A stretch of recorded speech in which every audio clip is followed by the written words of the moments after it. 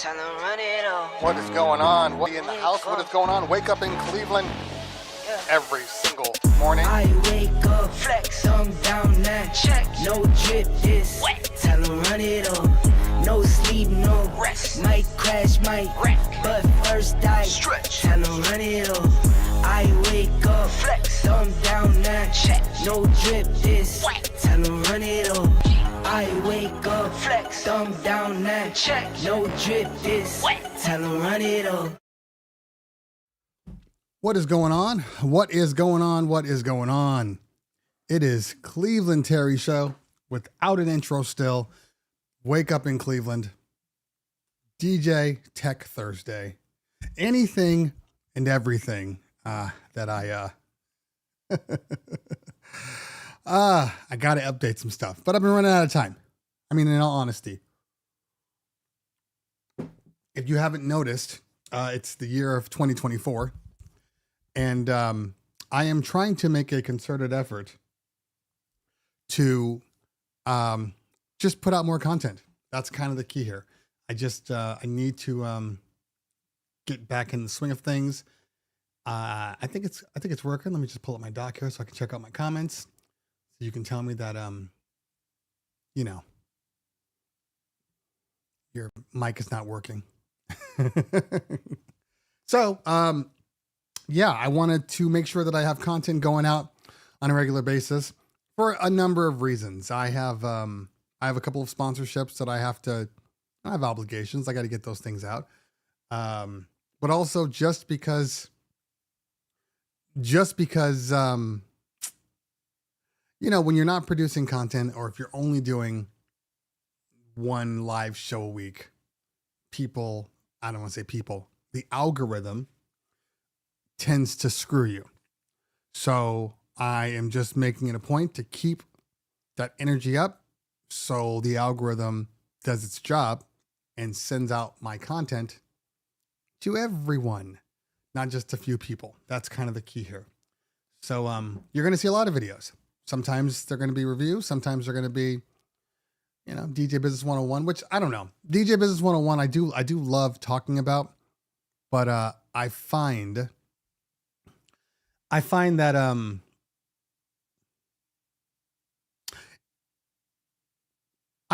in this day and age, people are doing too much. They're doing too much. What do I mean by that?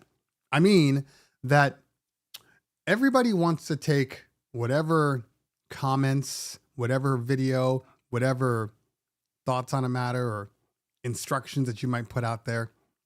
Everybody wants to take that and internalize it for the way they do things. And if it's not the way they do things, they don't just say, that wouldn't work for me. And that's not the way I do it. They come at you.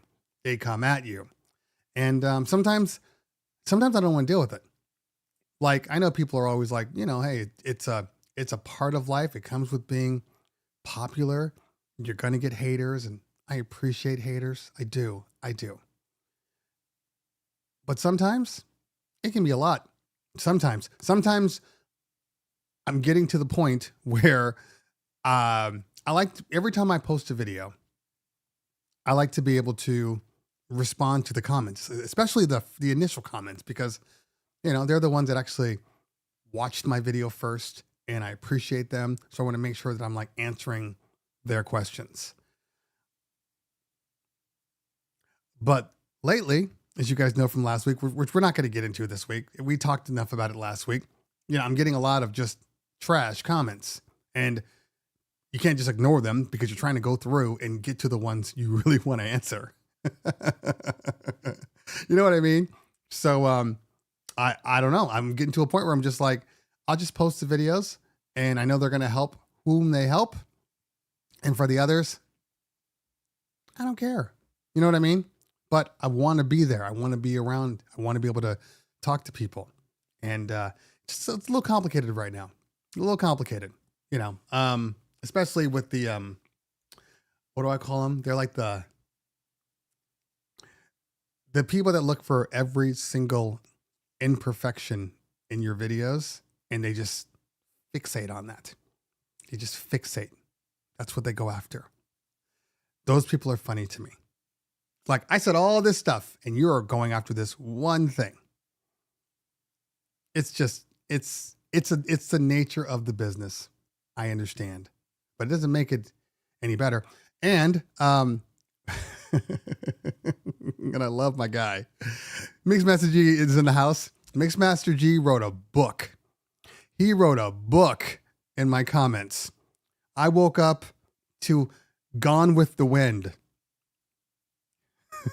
just gone with, and I'm like, there's no way I can read all this. There's no way. I can't do it. Oh, I had to copy it and send it to ChatGPT and tell me to, hey, can you give me a synopsis of this book? By the way, DJ Donovan, with the $50 super chat.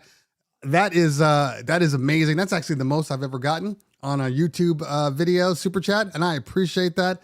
Thank you so much, fam. Honestly, thank you. The world needs a lot more Donovans. The world needs a lot more This live stream needs a lot more Donovans. I appreciate you, man. Thank you so much. Honestly, thank you. Yeah, Logistical Styles. The vocal minority is absolutely the loudest. They're the loudest. They're the meanest. they're just hateful beings.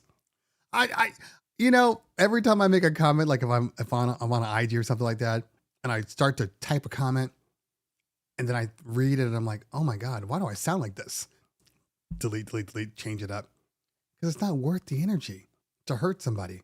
You know what I'm saying? It's just not worth the energy. And like I said before, 2024, we're going positive. We are going positive. I don't care what anybody says. And don't get me wrong. If I see a real problem, I'm going to say it. But I'm not just going to outright try to beat people up. It's not what I'm on this world for. That's not the place. My bad, G Kenny. My bad. You're right. My guy G Kenny always takes care of me. My bad. Didn't mean that. Okay, so who do we have in the chat today? Let's take a look. We got T Diesel. That's my mod. Make sure you listen to what T Diesel says. Or not. Sometimes I don't even listen to T Diesel. I'll make a video and he's like, all of his thinks he's funny all the time.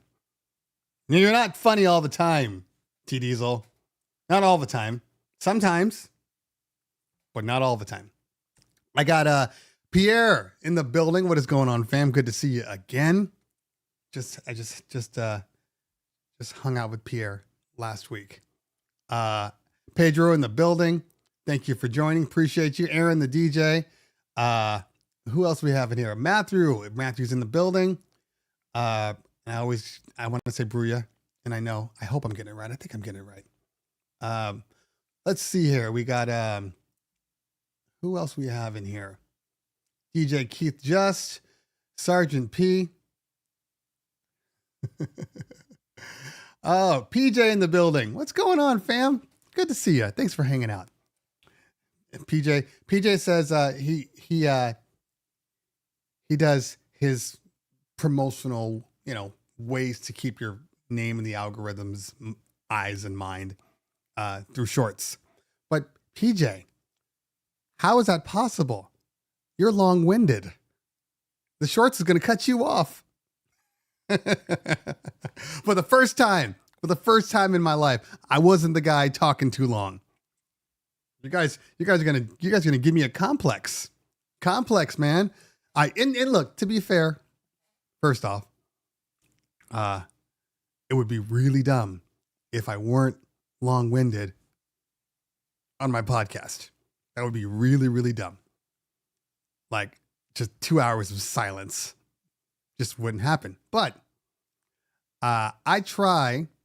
The one thing I'd like to do is I try to make my points, as clear and concise as possible without losing the message, if that makes sense. Because when we try to shorten things down, sometimes, and it's happened to me, and then I find myself having to, retype things over and over again in the comments, like, guys, this is really what I meant, because I've edited out something that would have connected two sentences together. Somebody hears and they go, oh, and they flip out. It's like when you watch a movie and then they show you the behind the scenes and you watch it like when it comes out on the DVD. By the way, they're finally putting the DVD extras like on the videos that you can purchase now, like the live videos. Like they didn't used to do that. Anyway, not for all of them. And then you'll go watch the behind the scenes or the cutout scenes and you're like, why in the world did they cut that out? That would have explained so much. But see, in their minds, they cut that out because they knew that if they kept it in, then they were going to have to keep in this part, and this part, and this part, and this part for it all to make sense. So they just cut that part out. So you're left kind of going, what's happening here? I swear to God, if my partner doesn't stop sending me messages in the middle of my show, I've been doing this Thursday show since, and I mean, obviously it was on Twitch before, since 2020. This man still texts me. Still. Every Thursday. Anyway. Sergeant P says, glad to see you were not blown away in the Southern Cali storm. Man, the storm was crazy. It was crazy. And I actually had to, I was in the Bay Area over the weekend and that's where the storm kind of started. And it rained the entire weekend. And it was cool, whatever. The hardest part about the trip wasn't the parties or it was the rain. It was the one time, not the one time, but one of the times when I was very happy that I didn't have to bring my gear. You see, we use Pierre. We use Pierre to do all of our installs in the Bay Area. And it was pouring. It was pouring when he was setting up. Just like, damn, man. That sucks. I'd love to help you out, but that's what I have you for. I kid. And I don't, a little bit. You know what Pierre knows what I mean. He knows what I mean. Yeah, but it was pouring. And then obviously, Monday was bad. Tuesday was bad. And it was like, oh, no more rain. All Wednesday, no rain. I'm like, I'm going to go run. Let's go run after I'm done with all my stuff. And at 6:00, the sky opened up. For me anyway. I know it's different for everybody in Southern California. We don't have just one big cloud over the entire place. But the sky opened up and it was pouring. It was like, the storm was like, I'm not done yet. We're finally out of it. Sunny skies after this. Assuming when I get out of here, I can go run in the nice sun. Get some energy. Get some B vitamins. Isn't that what you get? Is vitamin B or vitamin D? I think it's vitamin D. It's got to be vitamin D because the damn name of the orange juice is Sunny D. So I'm going to assume it's vitamin D. See, that's how I work things out. It's not anything that I've actually studied. It's just commercials. Anyway, let's take a look at the chat here. Willie Will in the building, V Squared in the building, DJ Lopes in the building. By the way, Lopes, that's from DJ Lopes right here. This sign. Cleveland on air. Did it out of the kindness of his heart. Didn't need to, but he did it anyway. And I appreciate him. And when I remember to turn it on, it's on. It always looks good. I'm just neoned out now. All right, let's take a look at the chat. Now, today we're going to answer questions. If you guys have any questions, we're going to answer them. And if I have any haters in here, please, by all means, ask your hater questions and I will answer those too. Hey, Mac, I don't want to know that Donovan did the same for Nick. don't trivialize what he's done. I'm gonna accept that as this man went out of his way just for me. I don't want to know that he's got a side chick. I don't want to know that. Can I just get the diamond necklace and not know that Nick got a diamond necklace too? We're gonna be quirky today. We're gonna be quirky. It's just, I already feel it. It's just the way it is. Mixed Master G says it had a TLDR on the top. I love DJ. I love what you do, but some things need to be clear. Fair enough. Fair enough. And again, I completely understand what you're saying, and I know this about the fact that it is a class compliance issue. I completely know that, and I said it briefly in my video. So, but that's not really the point. It's not even really about. I know I talked about the 1000 because that was just the topic, but it really wasn't about the 1000. It's not the only one it doesn't work with, and it's not just iOS, and it's a speed issue too. It's a combination of things. I know there's certain things that they can't change, but there's a lot of things that they can, a lot of things. And I'm hoping that they just hear what I'm saying. Not that I have any impact on what it is that algorithm DJ does or does not do, but I think enough voices in the comments, enough affirmation, and maybe they put more of an emphasis on it. That's all I'm saying. That's it. Okay. All right. I would love to get a T7 as soon as DJ Pro becomes compatible, if ever. Agreed. I didn't buy a controller because I want to use DJ Pro and it doesn't support it. I understand. I do. Let's see here. Banner work. What's going on from the UK? Nice to have you here today. And Willie Will, loyal virtual DJ user. That's fine. That is fine.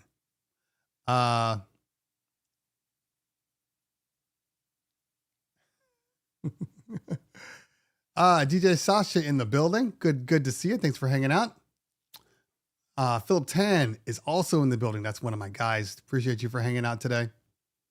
Okay, let's see here. DJ Reach says, ask. Thank you for the ask. Question on Serato effects. Any reason why the volume increases when effects are applied? Is that a hardware or software issue? Okay, so it's a software issue, but it could also be a hardware issue. Now, remember, some effects at 12 o'clock isn't the best volume for that effect. But some effects require it to be 12 for it to work.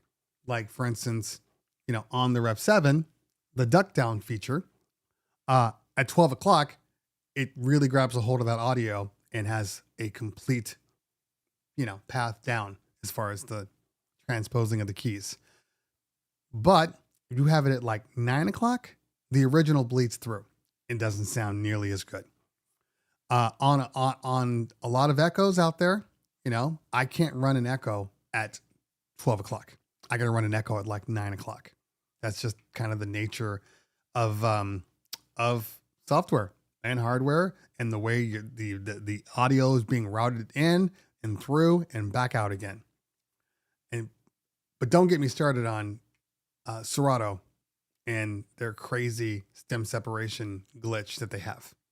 I'm hoping one day it is fully fixed. I don't know if it'll ever be, but it is very frustrating when you go to take out a vocal and the volume goes up 30%.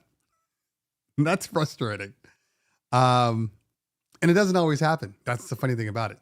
It just depends on the day. Sometimes Serato stems wants to work perfectly. Sometimes it's like, nah, I think I'm going to make this thing so loud that everybody stops and looks at you. I think that's what I'm going to do. Yeah. They need to know who you are, so they can tell their friends not to use you. DJ V Squared says, I am going, excuse me, I have a little cough here. V Squared says, I'm going to LA in June. Where is a must-go spot for DJs in LA? There is no such thing as a must-go spot. Remember, LA is a melting pot for everything. And you can get music in any genre pretty much anywhere in the county. So there really isn't a one place. If you're going in June, I would say for like a cool kind of a cool housey lounge vibe, Mama Squared. I just said Mama Squared. Oh God, I just drew a blank. Mama Shelter. Mama Shelter is a wonderful, wonderful spot. It's real chill. They always have great DJs there every day of the weekend. I've DJed there a few times. It's just a cool spot. Like if you're looking for like EDM or house, you're probably going to want to go to like Exchange LA or something like that. There's really just too many. Depends on your vibe. You know, I mean, I would probably say hip hop is the one that struggles the most right now. Just clubs don't want to do a lot of hip hop, which has been the way for a long time. It's not new. I'm not telling you something that you're going to be like, oh, shocked. You know, if you want to do Motown, there's Motown on Mondays at, what is it called? The something Shortstop. That's out in, I don't know what it's called, man. I don't know, man. I can't think at the moment. I was going to say Echo Park, but it's not Echo Park. It's like, it's the hipster area. It's the hipster area. I just can't think of it right now. And that's okay. You don't have to correct me. I'm actually a little tired of being corrected. I've been getting corrected a lot, but not corrected. I mean, look, Mixmaster G's point is valid. That's a way to correct somebody, but that's not what I'm getting lately. That's not what I'm getting. And that's okay. Scum and Villainy Canteen and Hollywood Boulevard, says Mixmaster G. There we go.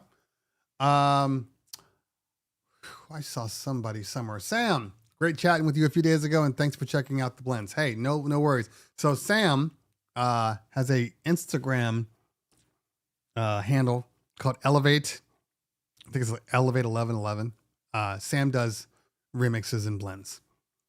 He's got some really good ones. So make sure you check out Sam, and because he's got some good ones, you know. And the good thing about blends, what I like about it, is that, or the good thing about, I should say, people that remix, is that, you know, I'm going to listen to so many songs and some songs aren't going to work for me. That doesn't mean they're bad. Absolutely doesn't mean they're bad. It just means that the way I mix, and when I'm thinking about a blend or I'm thinking about a song and I'm like, oh, the moment I hear this, you know what this would work with? It would work with this and this. So that's kind of the way I listen to blends. But there's other ones that are good, but I'm like, that's not me. You know, what does that mean? That's not me. It's just not something that I would play. It's not something that I would just naturally do, you know? So please take a listen. You might find some gems in there. And that's ultimately what it is. Just finding gems. You know, we stopped digging in the crates. Most of us have. Not me, but you know, most people have. And when you would dig in the crates, you know, you'd pull an album.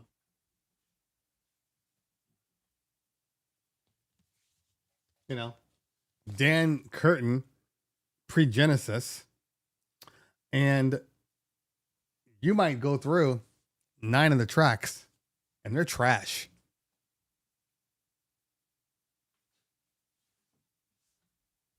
And then you find one on the whole album that's amazing, or it has that bridge that you want to take or you want to use and pull it into your mix. And that album was a success. Nobody says, oh, you know, hey, it has that one song on there. That album's dope. And that's, you know, what it is. You're going to have people have remixes. Some are going to be like, that doesn't work for me. Others are going to be like, that's dope. That doesn't mean the rest of them are bad. It just won't work for you. So I appreciate Sam. And he's got a lot of different ones, a lot of different vibes. Okay. I've promoted Sam enough. Time to move on. Okay, let's see here. Tell Paris if he wants to talk to you from 10 to 1-ish on Thursday to get his ass in the chat. There you go. I don't have a problem with that. I don't have a problem with that. Okay. Paris does want to be a guest on the show, but no, Paris is a selfish lover. he takes over. I've told the story. I'll tell it again now. So I think it was either 2 or 3 years ago at NAMM, probably 2. And I brought, he was going. So I said, hey, you want to shoot my video while I'm doing my interviews? He says, oh yeah, I'll definitely do that. So he was my video guy for NAMM for one day. And I'm going to say this because I'm going to talk about my son, who's my video guy, this time. And I'm talking to, I don't know, you fill in the blank, Chevy DJ, Pioneer DJ, because they were in Alpha Theta at NAMM at that point. Reloop, let's just say, doesn't really matter. And I'm talking, blah, blah, blah. Tell me a little bit about this. And can you explain this? And yada, yada, yada. And meanwhile, Paris is like, hey, and what about this? Hey, and what about this? And he's like behind the camera. Hey, what about this? What's going on here? Hey. And I'm like, yo, man, you're the cameraman. You're supposed to be silent. You are a ghost here. No words. Be quiet. Let me do my job. And I'm like, you can't be my cameraman anymore. You're too involved.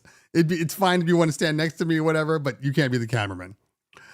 Meanwhile, my son, who has been my cameraman multiple times, is just about getting the shot, making sure it looks good,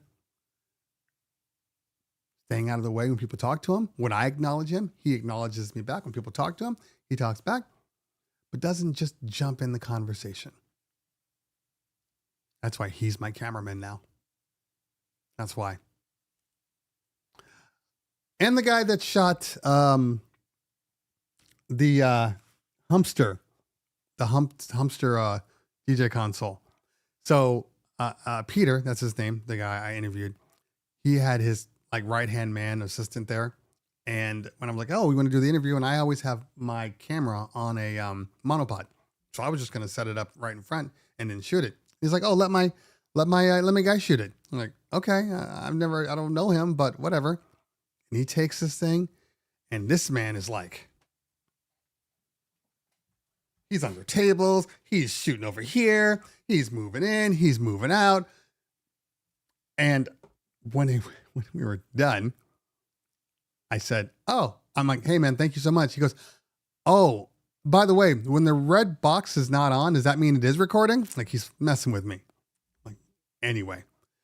And then I got the footage back. When I actually looked at it, I pulled it into my computer, and it was a good job. He did a really good job. Really good job. He was kicking people out of the way. It was impressive. It was impressive. Miyagi's Dojo in the building. What's going on, fam? Good to see you. Good to see you. All right, let's see what we got here. Oh, Sam says Hercules T7 Premium, that much better than the original. Well, remember, it's not. They've updated the crossfaders, and they've given you new records. As a matter of fact, I mean, you guys have seen my review on the crossfader, but the records, I actually haven't put them on the T7 yet. So let me go grab them. Mobile DJ, that's you. Do yourself a favor.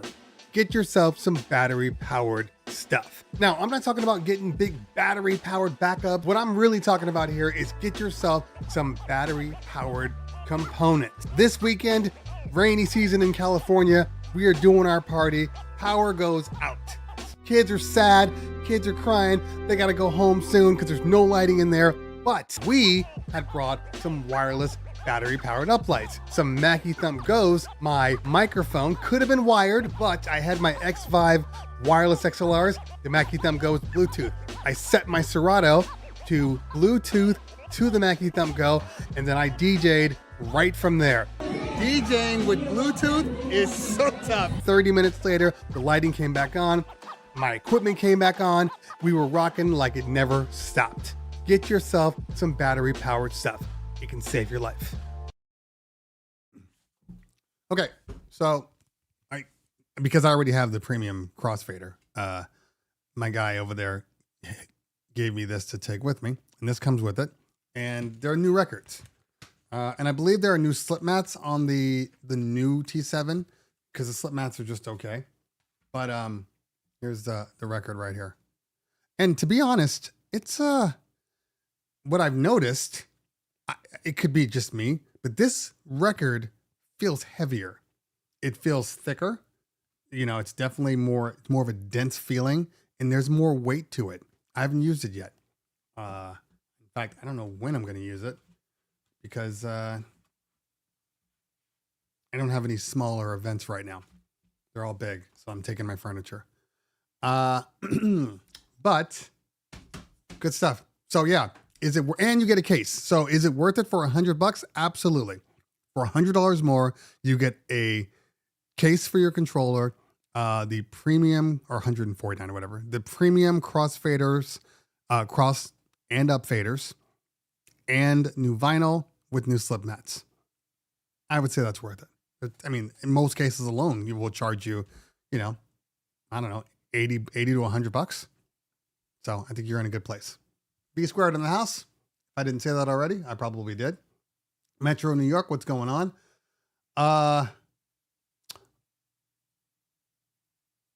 That food in the video looks so good, says Wayne. Thank you, Wayne.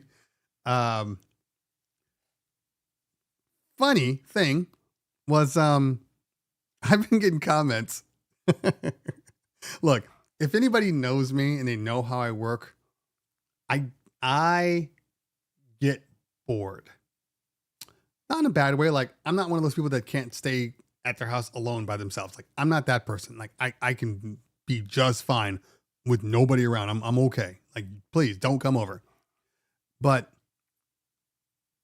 when it comes to artistry, music, videos, I get bored kind of shooting the same setup over time. And I think that people do too. And so sometimes I haven't really been doing gig logs. So I like to just kind of change it up a little bit, give it a little difference. That's it. So I'm cooking in my kitchen. Tell me how crazy I am when I read a comment that's like, why would you choose to make a video in your kitchen and fake cooking? What? Bitch, I cook that food. I am the chef of my house. I cook every meal on that stove. That is me. And I cooked it while I shot the video. Why? Because the video shows it. I just can't with people. I just can't right now. And it's not, and I never want to call somebody like dumb. That's not really my thing, but like, come on, people. Like, I'm right there. I'm literally like people thought what I did was I cooked my whole meal and recorded it. And then I went back and did the video and just kind of spliced in my cooking. You know why? Because nobody believes that anybody does anything anymore. There's got to be something behind it. I'm like, no, I just can multitask. I'm capable of cooking and having a conversation with nobody because I am alone, but I'm capable of doing that. It's okay. We're DJs. We do more than one thing at a time. The food was good, by the way.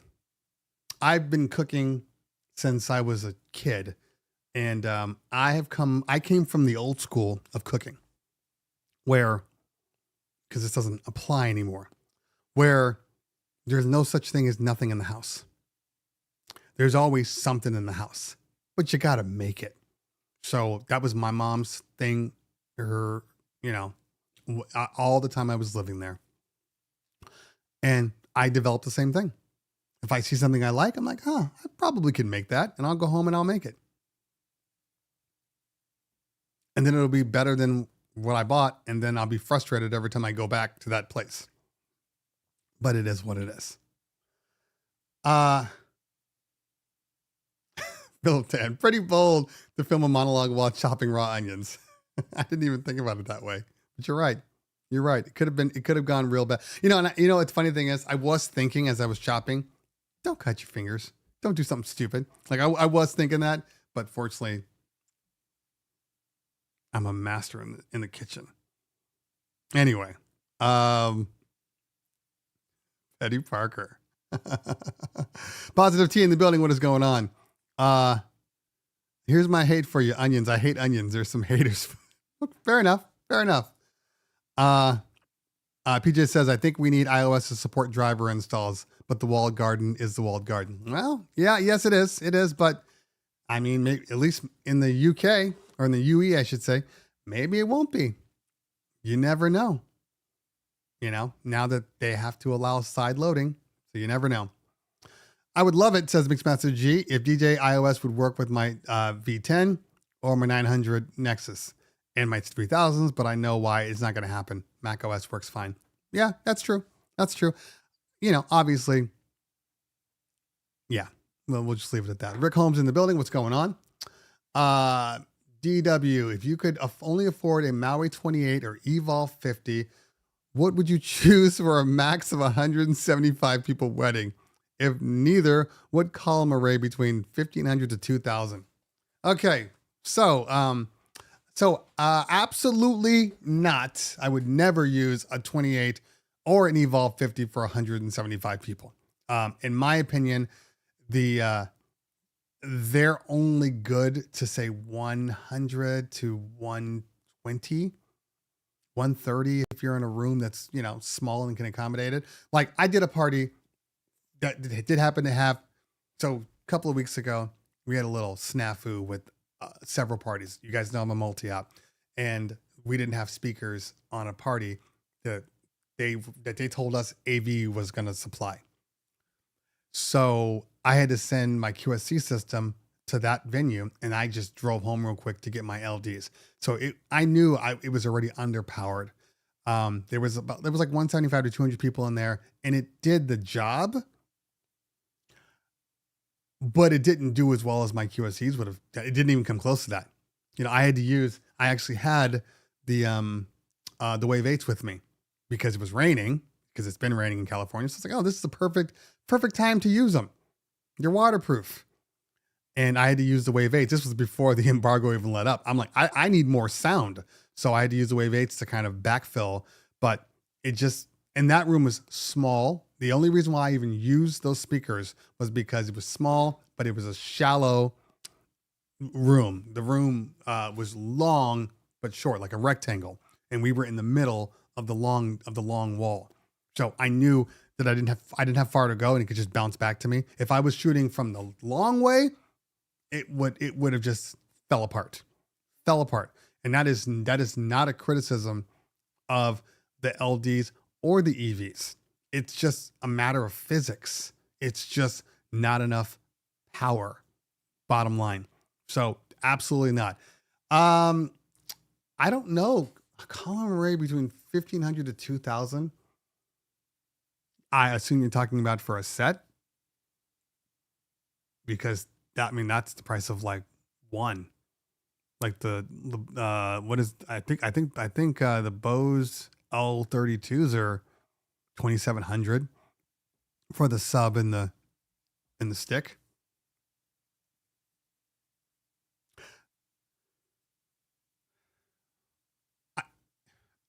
If you're doing 175, in my opinion, the only ones that are gonna be good enough on their own without having to reinforce them is the Mauis, the 44s. That's really the only speaker that can do it, in all honesty, because I'm sure I could do it with the Bose L132s, but I'd probably need to bring in the third sub to fill it up. Not the highs are never the problem. It's just the bass. I would need a little more. I don't know any column array that can do 175 from the jump that isn't a ridiculous amount of money. What's the new kit for Pro that Layback Luke is promoting? Oh, that's the new Mix Tour, the Mix Tour Pro. It's an update and a better hardware version of the original Mix Tour. I saw it. I have it on review. I think I'm going to cut up the video anyway and put it back down because I know people don't necessarily watch the live. So I'm going to put it back out there probably tomorrow. It's a good solid board. You know, I mean, it's got a lot of cool things. I like that it has algorithm DJ in it as a default, meaning you don't have to pay for it. No subscription. I think it might be one of the first models that DJ's done where you didn't need to have the subscription up front.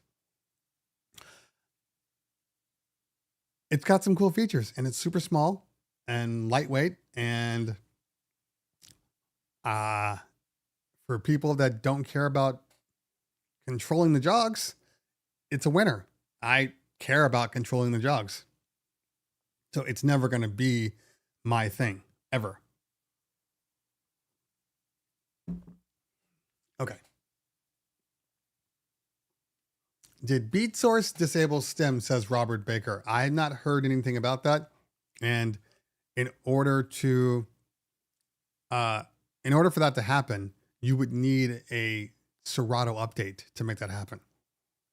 And I haven't seen anything, but I haven't even updated Serato. It's not something I'm running to. My Serato has been working just fine. But let's take a look.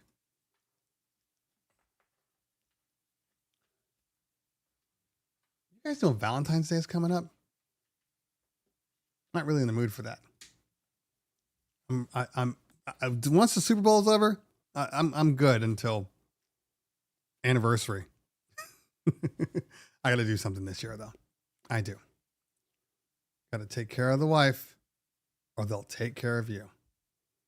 You know what I'm saying? Okay, let's see. I don't think, but Serato DJ Pro. I just want to see if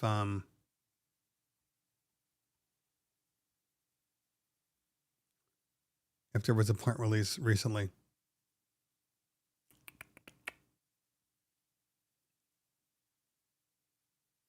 I don't think so.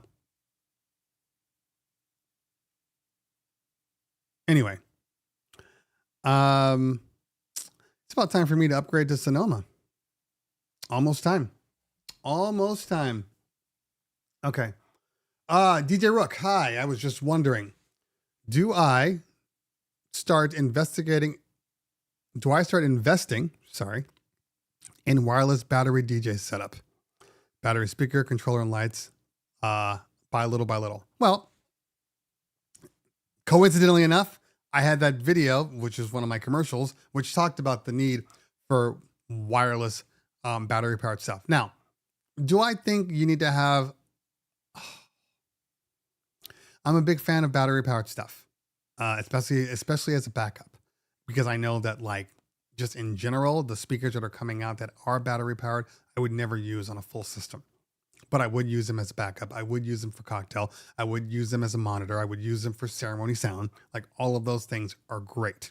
If I know I'm going to be doing some spot, you know, I've done spots on like mall parking lots. Battery powered wireless speakers are a godsend. Do you need them to survive? No. Are they super convenient? Absolutely.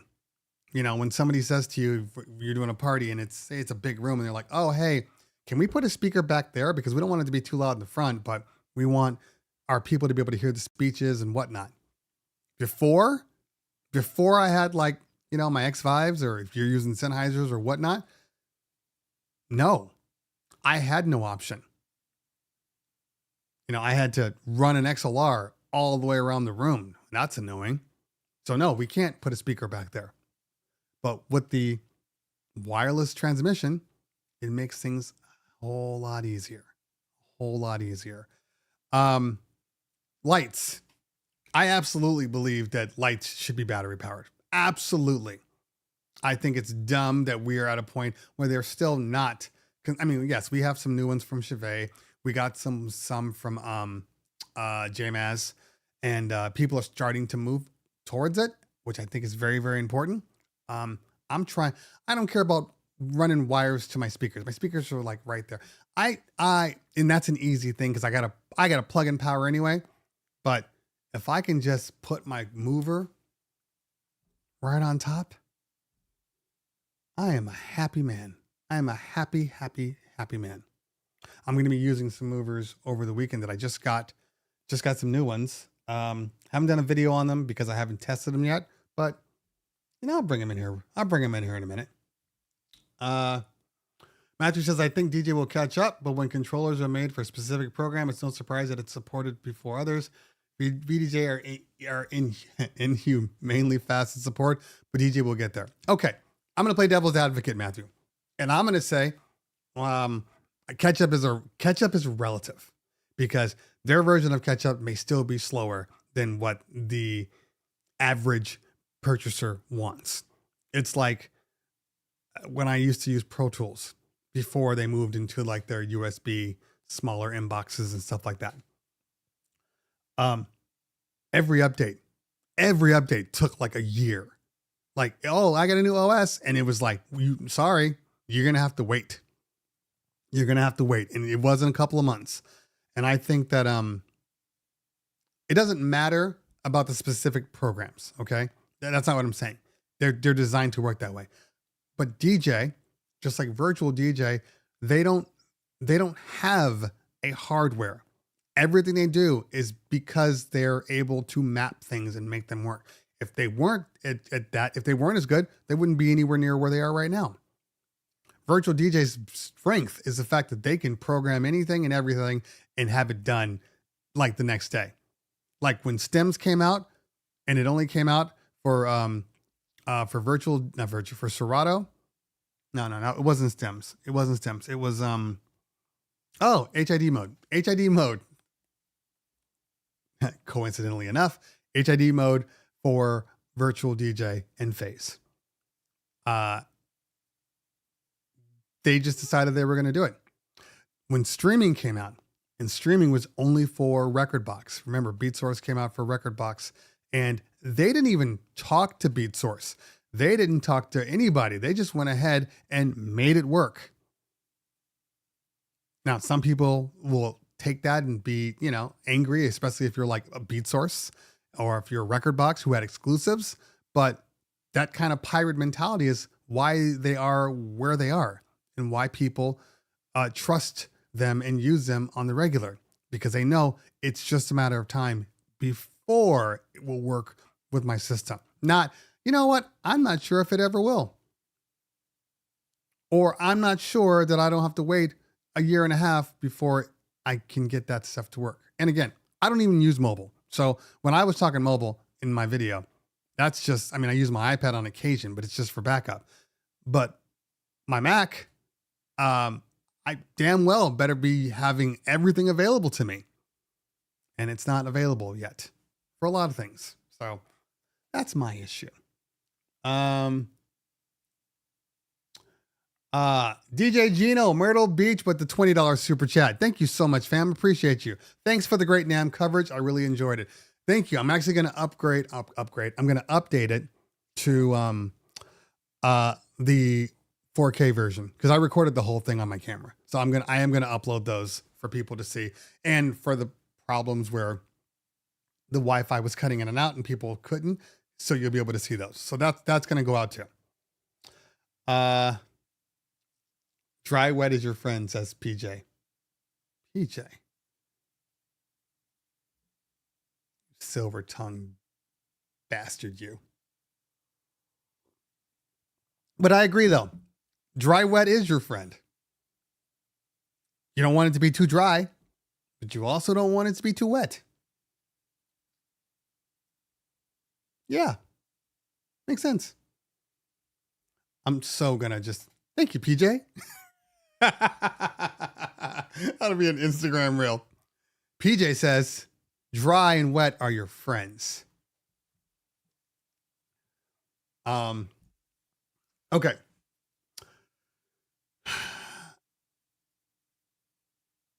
All right. Mac Joseph, I've been getting weird error messages on DJ saying I don't have streaming privileges in Tidal. Have you been getting the same issue? And have this happen on live gigs? I agree. I haven't had that issue. I did see the person that responded telling you needed to pay your bill. That was funny. Oh, come on, man. Just pay your bill, cheap ass. I don't have an answer because I have not experienced that and I use Tidal exclusively. So I haven't seen that. But while we're talking, I will open up DJ and I will run Tidal without audio and see if I get the same issue. Anyway. I really do love looking at DJ. I really do. Don't you see I'm complaining from a place of love? This is not hate. This is legitimately love. I want to love DJ. And, you know, when they come out with the T7, when they finally do updates and T7 will work, that'll be the stopping point for me because I don't really use my 1000 anymore. I did take it with me to the Bay Area. And when I tell you it was the first time, and I'm a big 1000s proponent. I still think it's one of the best, like, all around controllers on the market. But since my Rev 7 and paddles, I hate it. I hate it. Like, I really, really hate it. And there's nothing wrong with it. I just find no joy in using it anymore. It was absolutely, when I was up in the Bay, a tool for the evening. But I took no joy in it. I took no pleasure. I was very, very sad. I should have brought my Rev 7 with me. Anyway. DJ Filipino in the building. What's going on? All right. DJ Fred Hayes says, I switched to DJ Pro just 2 months ago from Serato. Looking forward to Mixtour Pro. Using an original Mixtour now works flawlessly. Yeah, I agree. Yeah, they have the reloop connection with DJ is very, very good. In all honesty, like the stuff they put out just really, really works well with DJ. So hopefully that can continue. Had to load some palettes, says Patrick. Thank you for hanging out. The white noise effect in Serato has no volume control and it comes out of my S9 like it's the end of the world. All right. Waiting on Rekordbox to catch up in the stems game. Yeah, we all are. We all are. Yeah, I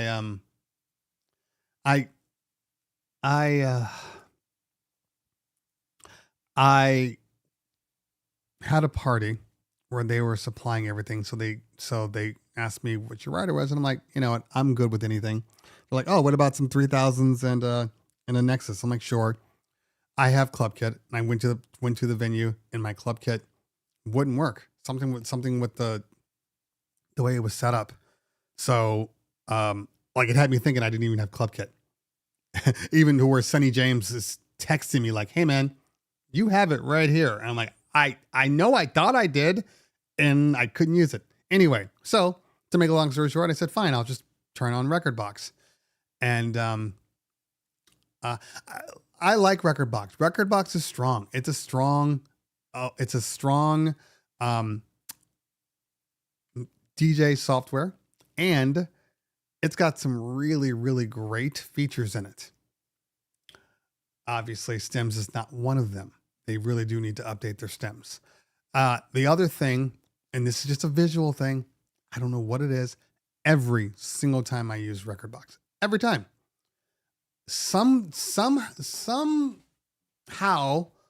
the colors that they use or the way they're separated makes it incredibly hard for me to find my crates. Same crates that I'm using in Serato, I can't find in Rekordbox. Like I will literally just completely look right past them. I don't know. Maybe it's just too much gray. I don't know what it is, but like it every time. And that's really it. It's not the software. I'm just like, I can't be spontaneous because I can't find my stuff. Why am I going to sleep when literally DJ is playing? That should not be happening. Let me make sure it's not me. Okay. Somehow I believe the 1000 SRT is a better quality controller than the Rev 5. Okay. Fair. I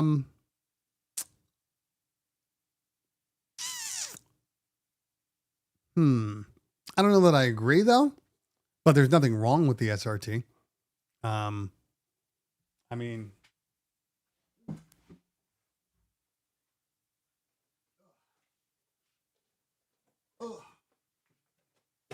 mean, it's heavy like the 1000. It's actually heavier than the 1000. Using the same jog wheels. Ins and outs the same. I mean, in all honesty, I wouldn't be surprised if they have the same guts. In all honesty, but I like the Rev 5. I do, and I prefer it over the 1000 because of the fact that it has paddles. Paddles make a huge difference. I don't even like running the effects on the 1000. It has never felt natural to me. Ever. It's a me thing. I know it's a me thing, but I hate the fact that if I'm mixing and I want to apply an effect to the second deck, then I got to switch to the second deck. I don't want to do that. I just want to hit the paddle on the right side and call it a day. Like, that's all I want. So to each their own. Everybody's got their thing. I know it. And we just deal with it. Mama's Bar with DJ Bossa Nova. There you go. Okay. Go to Hollywood Bunch of Clubs. Yes, I agree. Okay, let's see here. Silver Lake. Thank you, Keith Just. I knew it was something like that. I told you hipster. Hipster town. Long Beach has some great clubs. So does Fullerton. If you want to drive, but you're going to be driving far going out of LA. Okay. Mad Music House says, hey, Cleveland, have you checked out Rekordbox 7 public beta? I have not. And I mean, I saw an hour and like 20-minute video from Digital DJ Tips. I'm like, that's probably fine.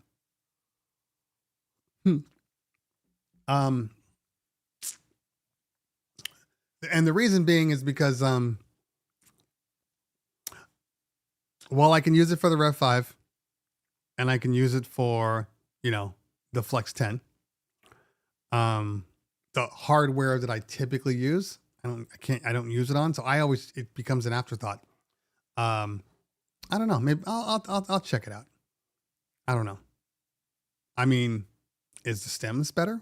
That's really the thing that I'm looking forward to. Better stems. That's key for me. Pierre says, how did you like the vibe at the spot you checked out here in the Bay with Miles Medina and Arcade? Okay, so first off, both Arcade and Miles Medina were dumb amazing. They sounded great. The spot's cool. I can't get over how trashy the city is. Like, it's dirty. And look, I live in LA. We got some dirty ass spots. But you don't typically see the dirty ass spots like on the main road. Yeah, they're off to the side. They're under the bridge. Like, it's dirty, like nasty. Like, I thought I was going to be walking over syringes. Nasty. And I hear it's dangerous. I don't know, man. It is what it is. I'm in a rental car. You want to break a window, you break in a window. It is what it is. But in general, the club is cool. Oh, but is it nasty? Marion in the building. What is going on? I'm jumping over things. I know I'm behind, but I'm trying to get everybody's thing today. That's it.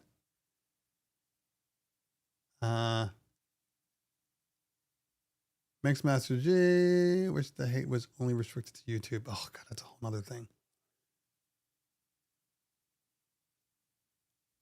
All right, it looks like I'm gonna have to jump around because I am. If the T7 had decent mic options, I'd be so down to try, but I need mics. I'm telling you, the mic is not bad on the T7. I thought it was going to be trash. It's not. It's actually workable. Now, you can't EQ it. So yes, you're still going to run it through a small little mixer potentially. But I was more impressed that the mic wasn't trash than I was that it was okay. All right. The only 45 I have to compare it to is the original, and I know the original's lighter. All right, hold on. I'm gonna pop to a commercial real quick, and because I want to try to catch up on these messages. And I don't need you to stare at me doing this the whole time, because that's weird, and I'm not into being weird.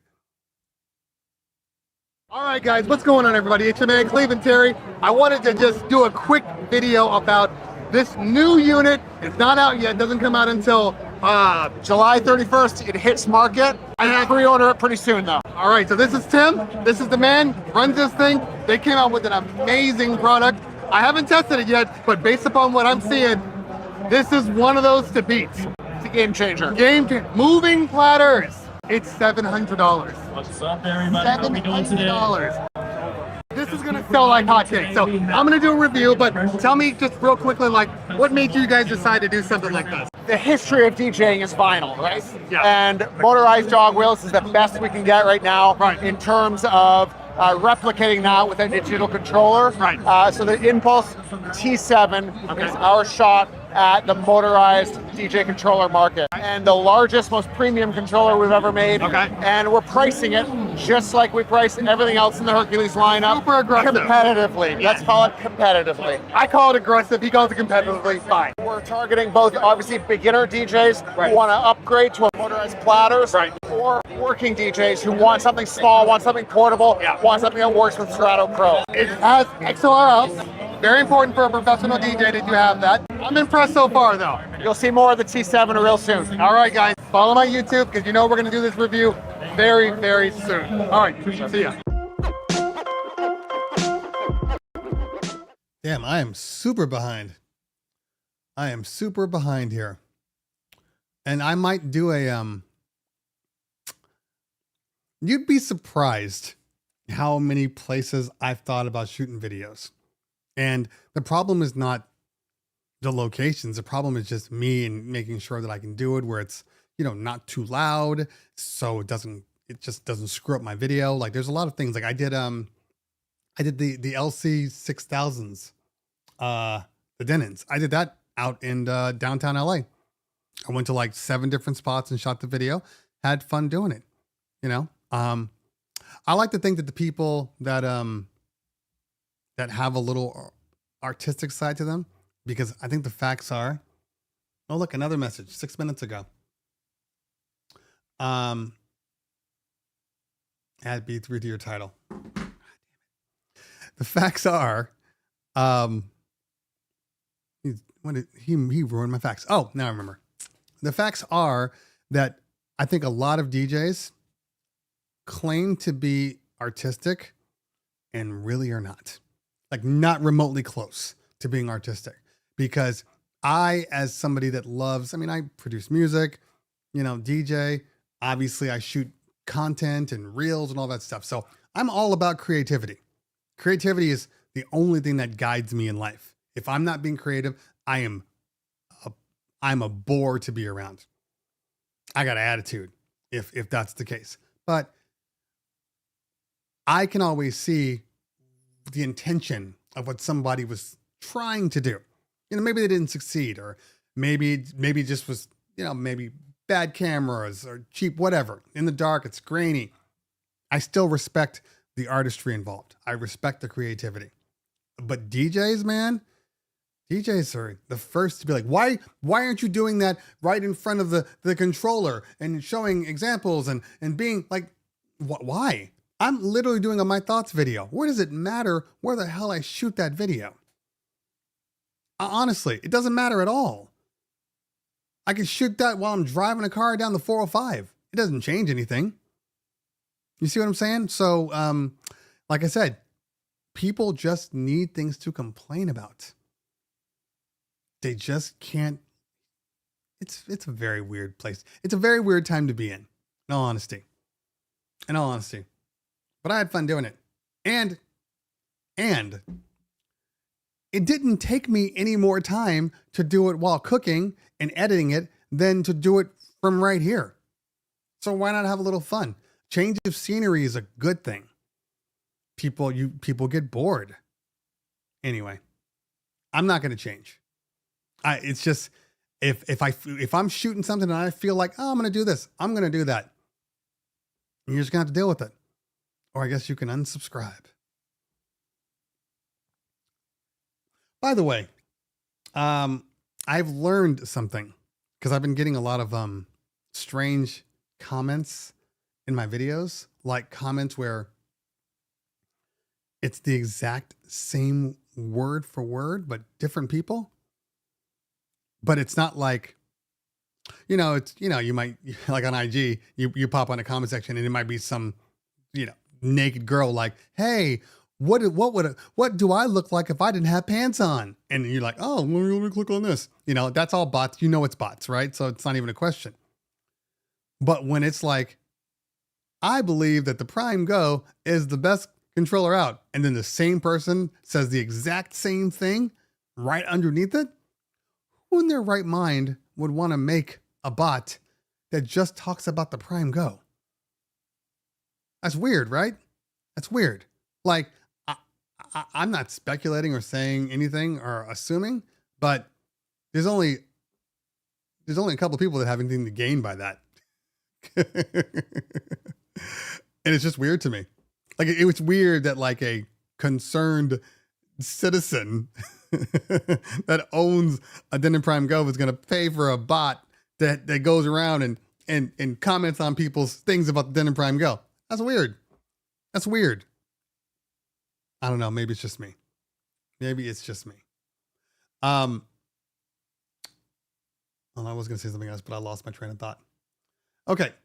My wedding is expecting 325 to 400 guests, 401 including me, PJ. I just gotta figure out how I'm gonna pay to get to your Idaho.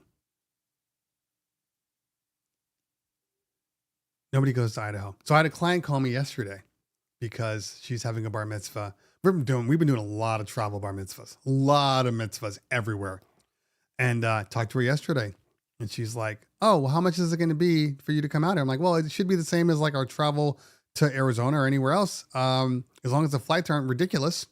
And I'm like, let me just check on the flights. So I go into Orbitz while I'm talking to her on the phone. And the flights are like $300 round trip.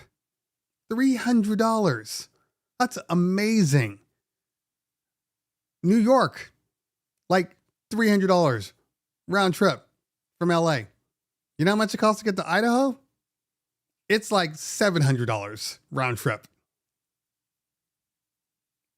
Do they have gold in Idaho? Obviously, the issue is, all right, Des Moines, Iowa. It's Des Moines, Idaho. The issue here is that if people don't fly to it like on a regular, the price is screwed up. My Montana, the wedding I did in Montana, it's Des Moines, Iowa, right? God, I gotta get back to school. Isn't it Des Moines, Iowa? It's not Des Moines, Idaho. That doesn't sound right. But it could be Iowa. I have to do this. I can't believe I have to do this. Iowa. Okay. I was right. But nobody goes there. That's the issue. Nobody goes there. The Montana tickets we didn't charge enough for our Montana tickets. We didn't charge enough for the Montana tickets. We probably broke even on that wedding because the tickets, the plane tickets, my partner waited to the last minute because he had a pregnant wife and like his tickets shot through the roof. The Ubers there were all, no matter what, no matter how long we drove, it could have been 4 miles. It could have been 10 miles. It was like $130 every time. Every time. And we had to keep going back and forth. Friday for the rehearsal dinner, party, Saturday for the party itself. And it was a lot of money. Do better.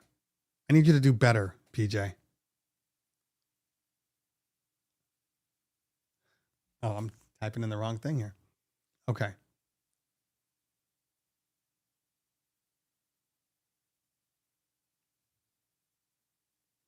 All right, for lighting, I would absolutely say upgrade to battery powered with wireless DMX. The time you save with setup and teardown is worth it. Exactly. Thank you, Aaron.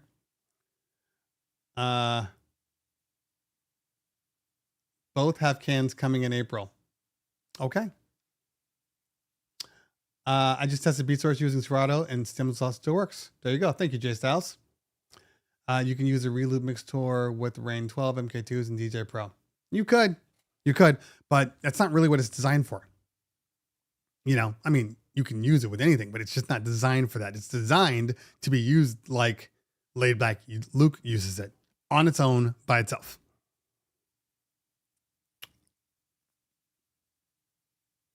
I don't know, man. I don't know. Knockout Entertainment, thank you so much. Appreciate you. When I say I don't know 4 times, but that, by the way, I'm literally just thinking about things that I can't say. Doug Stewart says, I'm a little frustrated with Reloop at the moment due to my second Mixon 8 having a crossfader failure. Ouch. That sucks. Why does it take so long to get DJ gear when ordering online? Well, that's the nature of the business. Depends on where you order from, and it depends on the amount of stock they have on hand. And I'm going to assume that the more popular a piece of gear is, the harder it is to keep in stock, which means that they have to wait for their shipments from Pioneer DJ, Alpha Theta, Hercules, Reloop, and they're also waiting on manufacturing to be done to have stock. So it's a combination, but not all companies are the same. Some companies will say they have it in stock and really they're waiting for it to be drop shipped. Some have it on stock. So it just depends. It honestly just depends. I mean, I've gotten gear. I've gotten gear in literally 2 days, and I've gotten gear in like 2 weeks. I haven't bought anything gear like controller wise that, I haven't gotten from a manufacturer. So I know it takes a long time though. I get it.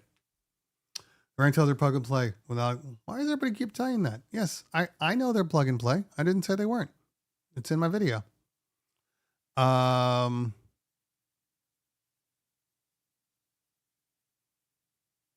Kings and Queen Entertainment. What's going on, fam? Good to see you. It's been a while. It has been a while. Okay.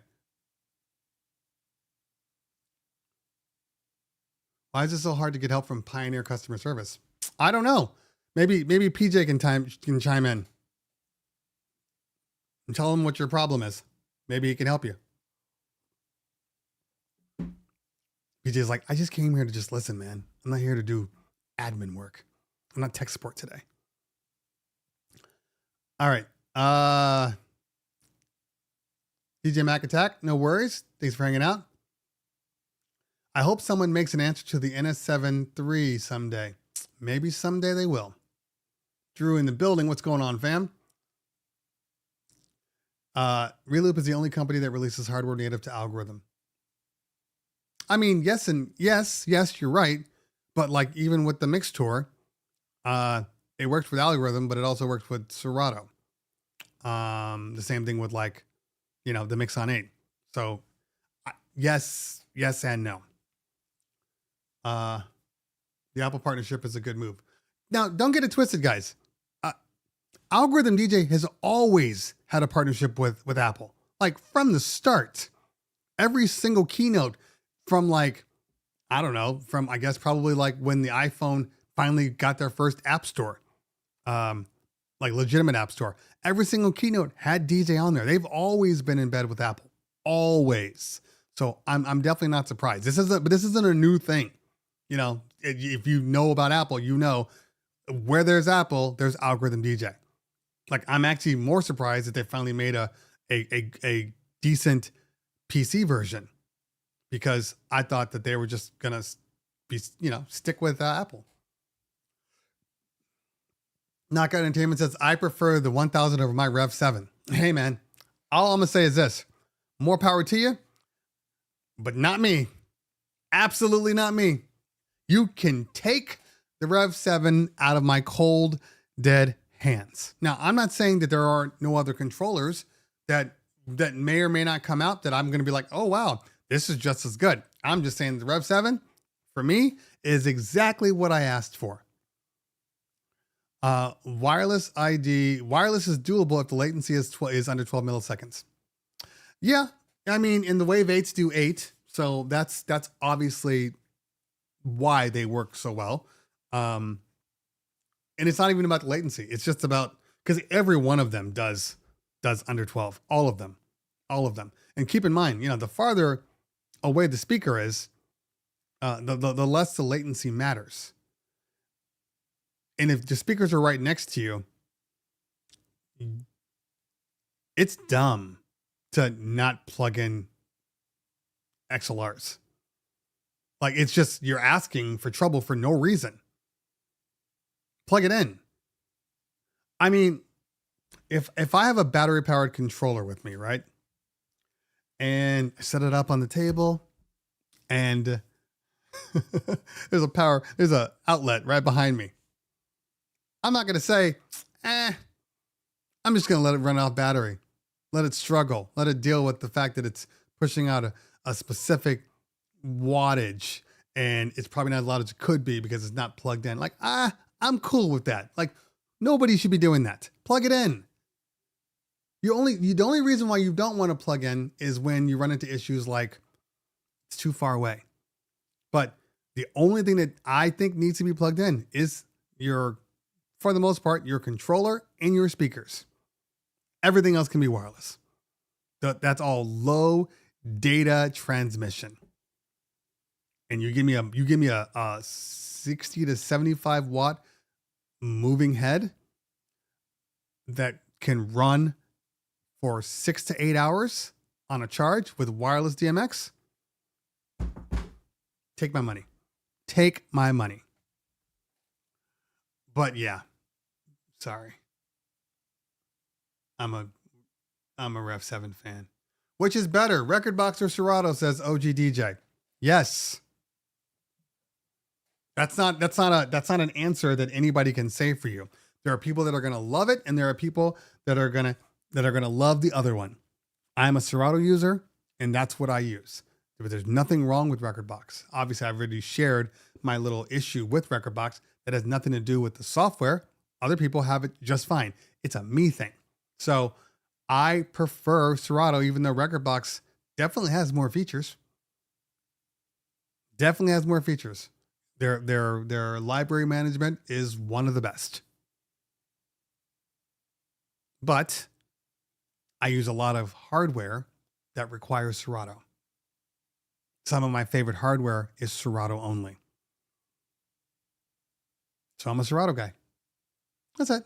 Very simple. DJ Echo, question about the Omnis Duo. Is it about the same size as the Flex 4? Well, let me show you. Yo, I just booked my first wedding. Yeah? Dope. When is it? Next week. Can you believe it? Next week. Okay. Do you have any gear? Yeah. I have two 12-inch speakers. Okay. Well, you might want to rent or borrow somebody's sub. Okay. All right. That's cool.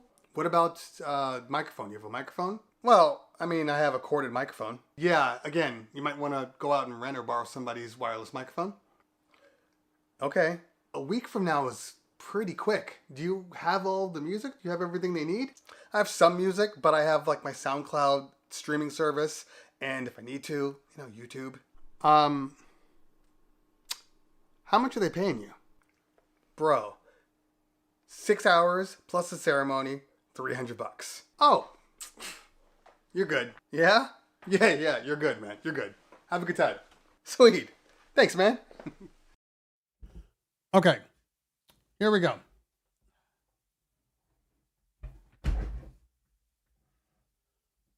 Ooh. There we go.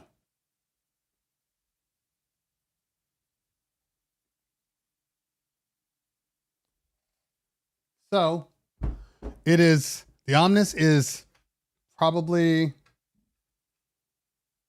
an inch wider and I don't know, 2.5 to 3 inches taller.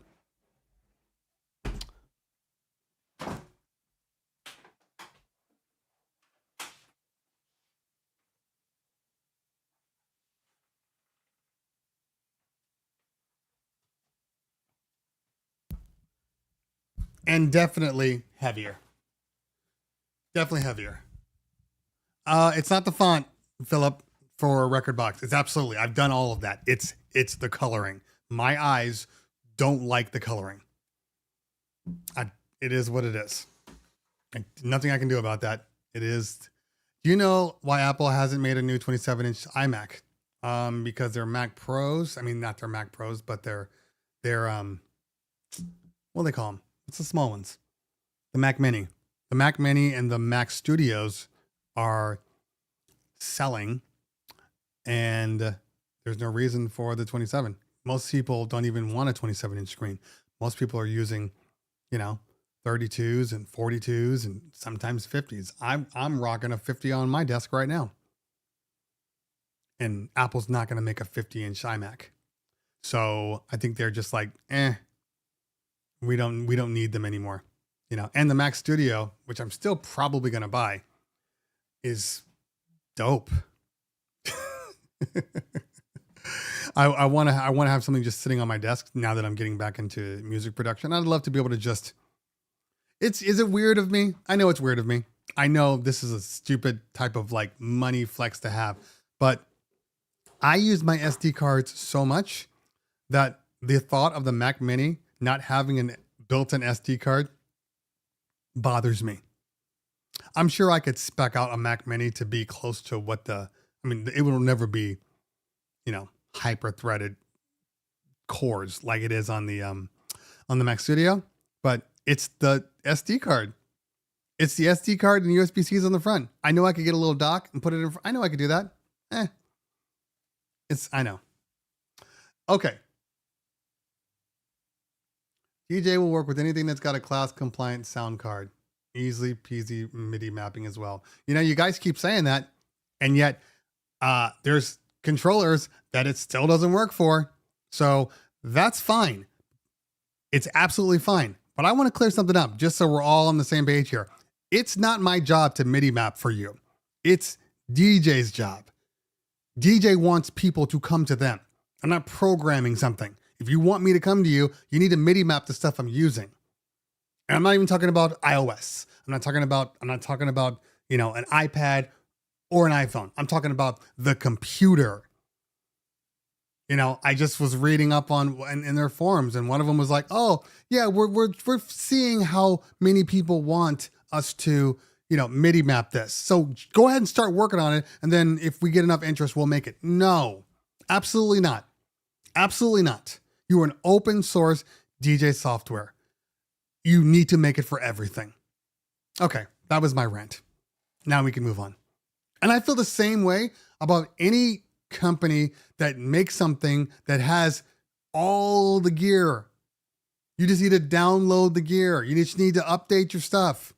Sound switch, even the WMX. Like Sound Switch still to this day doesn't have a mapping for the JMAS VersaFlex. Why not? You should. That is like your sole job to make sure that your fixture database has everything. So when people start sending you stuff in like, "Hey, can you do this?" and a year goes by and you still haven't done it, so somebody else has to MIDI map it out for you and then you post it on your... No, I did not spend, and especially with DJ, because it is subscription based. And I know it's only, X amount of dollars, but it is still subscription based. I am required to pay for it annually. So I expect work to be continuous, not just on stems, not just on Apple Music, but on hardware that comes out too. If they don't want to update to your fixtures, to your hardware, fine. Make a one-time payment and then say, this is it. We're stopping here. If you want yours to do it, we're going to upgrade again. And then now you can have it. You can do like Virtual DJ was smart. This was smart. They were like, hey, you can buy a virtual DJ for your device, your one device that you're using. And then there's no question. People are like, hey, well, I bought it for this one device, so I'm only going to use it for this one device. If I upgrade to a new device, I'm going to buy the software again. That makes sense. But then they have their ultimate where it'll work with anything. And I think that's why they're constantly trying to get the gear out as fast as possible. Because the one thing you don't want to do, you don't want people to be like, oh yeah, I got algorithm DJ. And then, a new piece of gear comes out at NAMM or whatever. And you're like, oh my God, it's the one controller I've always wanted. And then you find out I can't use it. Or you buy it and you're like, well, I guess I'm leaving DJ because it works with Serato. And then you don't go back. You don't want to give people a reason to leave. It is more cost effective to keep the customers you have than to make new ones. The new customers cost more money than the old customers that are continuing to pay. And in order to get new customers, you got to spend money. And to spend money, you have to make sure that your hardware works with the software. That's just an opinion. I don't care. If they never want to do it and they're just like, we're happy just being the way we are, status quo, we'll get to it when we get to it. That's their choice. That is their business decision. Doesn't mean I have to use it, but I'd like to use it.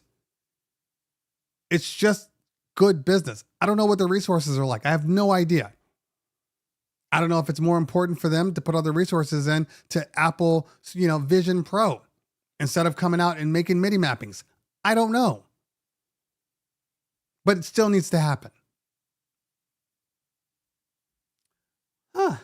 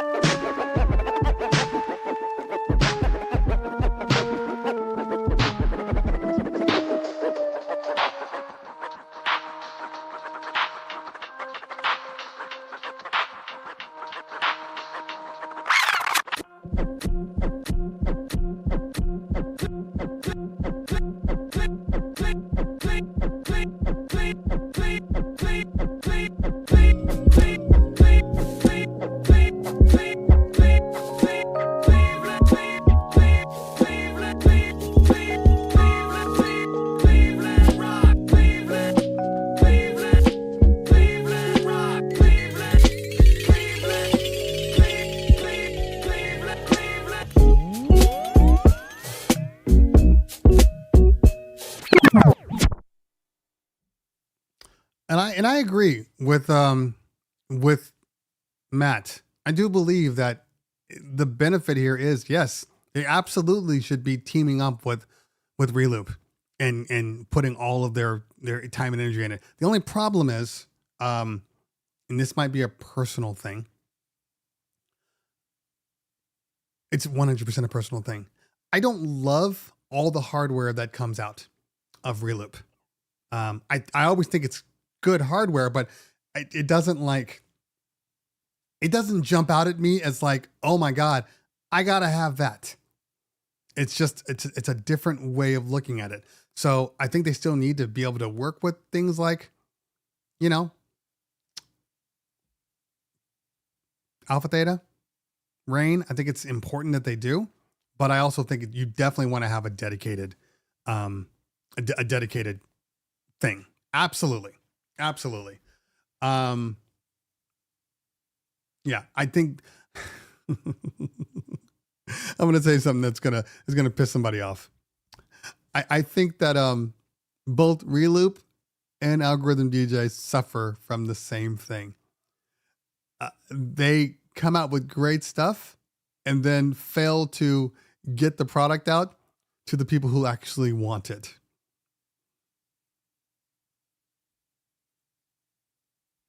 I mean, track record speaks for itself. Like, it's great.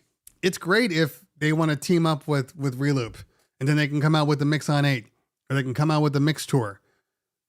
But it's got to get out. And if it never goes out because they never get the product out, it's the same thing. But at least then people won't worry about whether or not it's coming out in their T7. They'll just go, well, they only work with Reloop. And to be fair, I don't know. The thing about Serato and Alpha Theta, if the buyout happens, do I feel that in music is going to pull away? I do. I don't know how long that would happen, but I do believe that, just knowing the powers that be, that they won't have it. So I think that until that happens, any gear that's out there, they're going to try to get out, with Serato until whatever the final conclusion is. But if Serato were to move over, I don't think in music would stick around. But in music does have Engine. All they really need to do, what I would do if I were them, I would come out with all of my gear and let it all be Engine, with the ability, just like the Prime 4, to access Serato. Pay the licensing fee, whatever, and get it out there. Because I know that in time, if Engine, especially if they get some really good stems, not the ones that are on there right now, but like the stems coming off like the Akai products, the NPCs, if they can do that, I think people wouldn't leave. I think people would go in and start messing with Engine and realize that Engine's a very good product, and they would stay there. That's what I truly believe. I think they need to have more confidence in DJs, and DJ's ability to, use kind of in the box. And I think that, yes, maybe this is not like a regular touring DJ that's always on the road or always doing clubs, but definitely the mobile guys absolutely would get on board. I mean, I would probably get on board if they came out with a piece of gear that I could love. And I like the Prime 4. The Prime 4 Plus is a great controller, if you're into that. But I'm not into that. I don't like capacitive jogs. I don't like this. It is what it is. It's just not for me. But it's a good controller. So we'll see. We'll see what happens. Let's see here.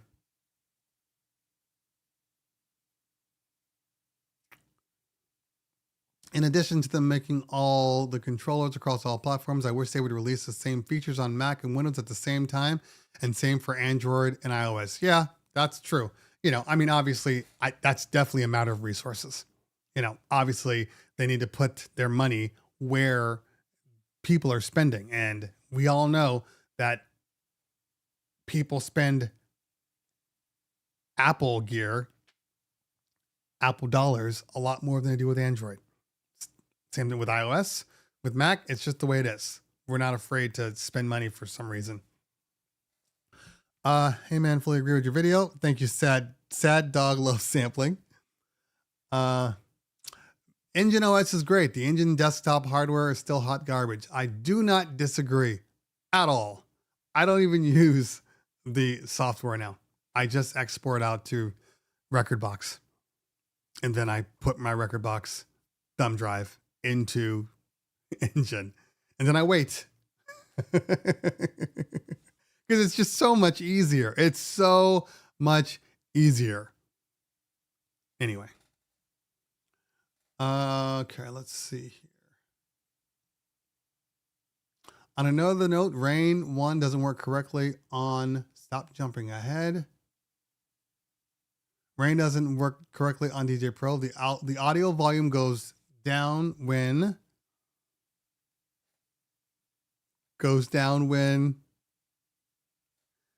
mixing. Are you sure about that? I've never had that problem in the Rain 1. And I've used the Rain 1 with DJ. It sounds like maybe your fader settings are need.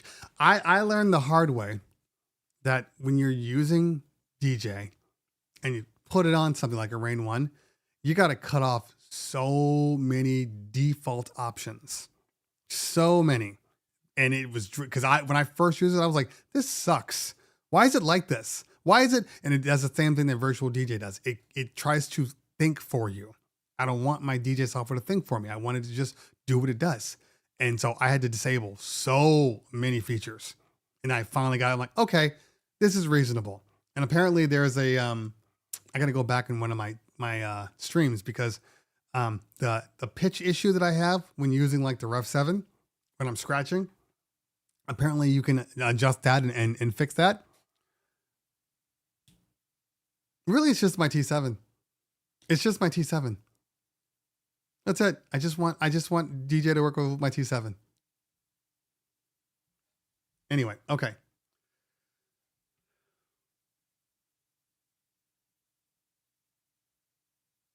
DJ can make something like Club Kit that works with every controller. I will pay for it, says Statement. I get that. Meanwhile, SoundSwitch supports Chinese Amazon lights. That's hilarious. BJ says, would be nice if there was an AI tool that auto MIDI mapped. Oh my God, that'd be so brilliant. Ugh, I would love that. Yeah, and the display should work too. You're right, because they work with Virtual DJ, so we know it's a possibility. Just, I don't know, it's weird. Now, fortunately for me, I don't use my displays in my Rev 7. My logo's there. That's it. I use my logo. And I haven't used the waves in the Rev 7 in forever. Oh, why am I yawning? Anyway, so I don't really care that there are no waves. It bothers me more on the DDJ 1000 because it just says, driver not available or whatever. That's dumb to me. That just gives me like heart palpitations.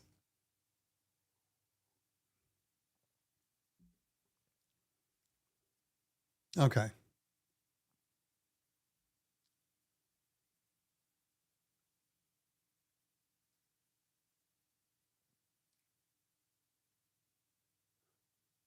Who mentioned the love my Mac Mini in one base model runs great.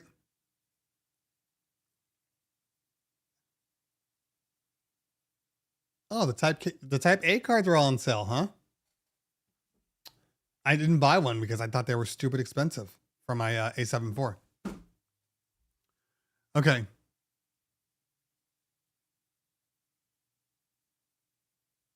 Oh, Pablo. Pablo's always making jokes.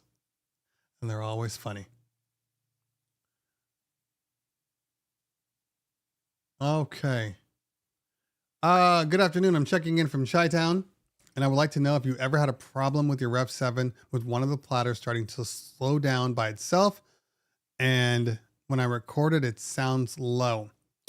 Well, the recordings would be an issue with Serato. You need to change your internal gain. First off, the turntable slowing down and speeding up. I have heard of this issue. And it could be several things. I have not had mine slow down and speed up, but I have had a friend of mine's do that. Sometimes it's just glitching. Check your firmware. make sure that you're up to date on your firmware and your software, your DJ software. Okay. The displays work on the DJ 1000 SRT. For algorithm DJ, B squared? Not that I saw. The last time I plugged it in. Where do I have it? Where is it at? Oh, it's in my office. I'm not getting it right now. No. The one thing Engine needs, in my opinion, is to prepare streaming tracks like normal tracks on PC side and export them to playlists combined with files on USB.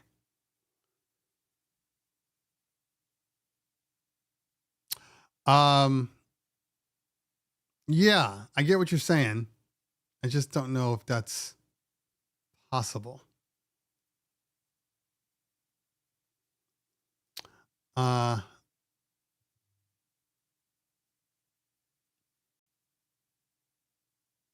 well, that's the problem because I'm using it on the record box version. That's the problem. No display on the S11. Dave B, big fan of the channel. Do you still rate the X5 U3s? I was thinking of buying them and run a aux speaker in another room. How long did the batteries last? To a PA speaker. The batteries will last you, I mean, 6 hours. I've gotten them to run longer, but you know, I think 5 to 6 hours is a good point to like stick with. They work well. I mean, they work well until they don't work well. See, I can't say if they're going to work well for you because it depends on where you are. I've known people that have bought them. Philip Tan is one of them. He bought it and it didn't work for him. And he was like right outside his yard. I've used them everywhere in California, in Southern California. And I've only had like maybe 1 or 2 times where I've had an actual issue that I couldn't alleviate by raising them higher and getting a better line of sight. You know, they've gone through walls. They've gone upstairs. Like I've been able to use them in a myriad of different ways, but I just can't. It just depends on where you live. Okay.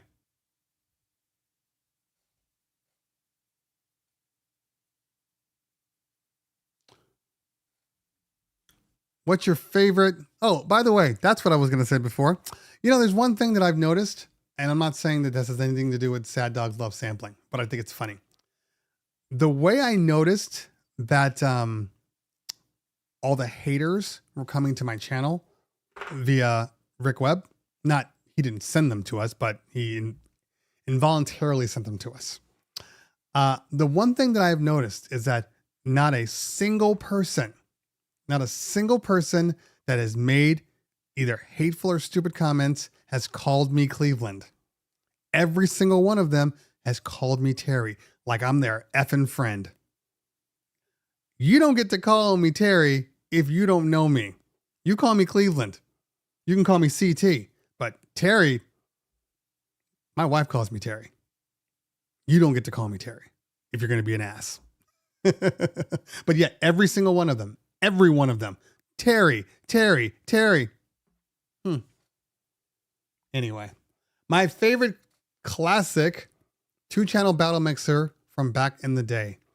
I learned on a Gemini MX2200 with the wooden sides. I'm 52 now. Fave for me all time was the Vestex mix stick. You know, I mean, I used the PMC. That was my mixer. I also used the silver Radio Shack one with the transformer switch, basically. That's actually how I learned to scratch, was on the transformer, because the guy that taught me didn't use a crossfader. He used a transformer. So when I found, which is why it's taken me so long to finally get my crossfader, my hand to work better, because I never used the crossfader for scratching. It was always a transform. But yeah, probably I'm a PMC guy, but yeah, I didn't really go out and use multiples.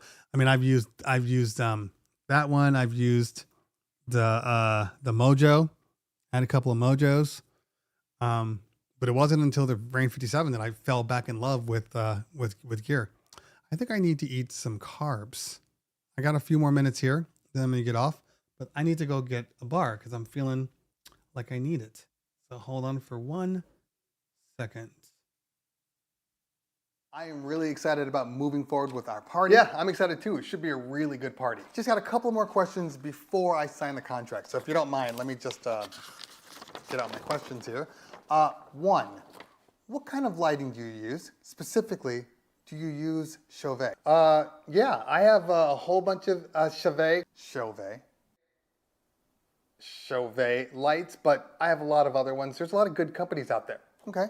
Do you use RCF speakers? No, I use JBL and QSC, depending on the size of your party, but they're all good speakers. Last question, the most important question I have. Do you mix in key? Do I mix in key? Well, I mean, I've been DJing. I was at a party once and the DJ played a transition that was completely out of key. I could not unhear it, ruined my whole night. Can I see your Serato mixed in key playlist, please?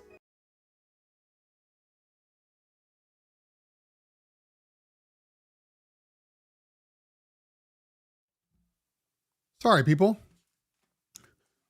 I'm on a health kick, and normally in the morning when I make my food, I usually have a couple pieces of toast to go along with, like, you know, my omelet, or like today I made an omelet.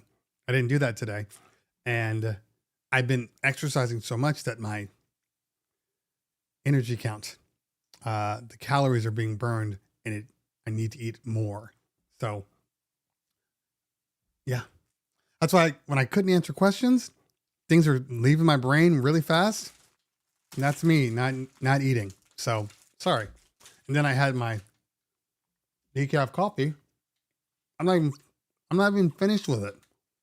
And it's giving me strange jitters. So gotta eat. Very important. Anyway, you're gonna watch me eat now. I never like to eat on camera, but either I'm eating on camera or there's 5 commercials. And who wants that? Not me.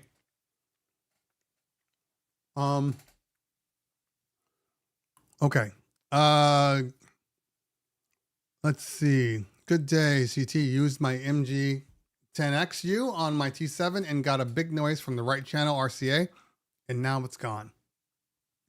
Did you try to use the XLRs? Does the T7 have yeah, the T7 has XLRs. I mean, it sounds like a ground issue, but who knows? Planet Fitness. I trust me, it is something I forced myself to do. It's honestly, I started simple, and it's an easy thing. I actually got this from DJ Vice. My whole thing is he runs a mile every day, regardless of anything he does. He runs a mile every single day. So I'm like, hey, that may work. So I did the same thing. And what you realize is that when you start to run that mile, it doesn't matter, because you're going to run that mile and then you're going to run some more. I've never run, since I've been doing this, I've never run less than a mile and a half, mile and 3/4. Because obviously on my streets, I can kind of dictate how long something's going to be. And my first start run is always uphill. I live on a hill. So it's, probably if I was running straight, it'd be different if I was running straight, if it was just flat. But because I'm running up a lot more resistance. So it's that alone has been helping me. I've been eating right for the most part. We don't all eat right. Come on, let's not lie. I need to have my fun stuff. But I've been eating better, I should say. And running. I haven't even started my gym workout yet. I haven't even started that yet. And I'm already seeing like changes, like little things. And you may or may not be able to see it. I see it, but like my face, around here is definitely thinner than it was, in a good way. Not like I'm dead or something. You have AIDS. No, I'm not saying that, but like I've noticed. So yeah, just have something that you do, for 30 minutes a day that you can burn calories with. Doesn't matter what it is. Yeah. So 30 miles a month. Yeah. That's at minimum. I usually run 2 to 3 miles when I go out and run. That's it. Pablo lost 17 pounds in a year just working out, no diet. But that's the thing. Maybe your diet's always been good. And remember, the 17 pounds you lost could have been 30 pounds with the better diet. That's typically how it works. So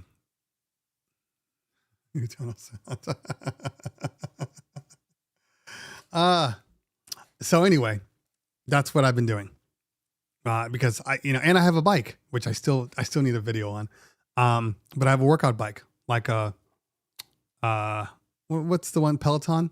I have like a knockoff version of that, which is still very, very good. So I'm going to do that. Like when it rained, I didn't run. And then I ran out of time to go to the gym. That's the thing about running. That's probably why I prefer to just get out there and do it, because at the gym, let's just say, my life is busy and I got a lot of stuff, and I got kids and dance and all the other stuff. If I have a plan to say run, I'm going to run at 1:00, right? And I get back at 1:30. When that happens, if I miss that might ruin my entire day.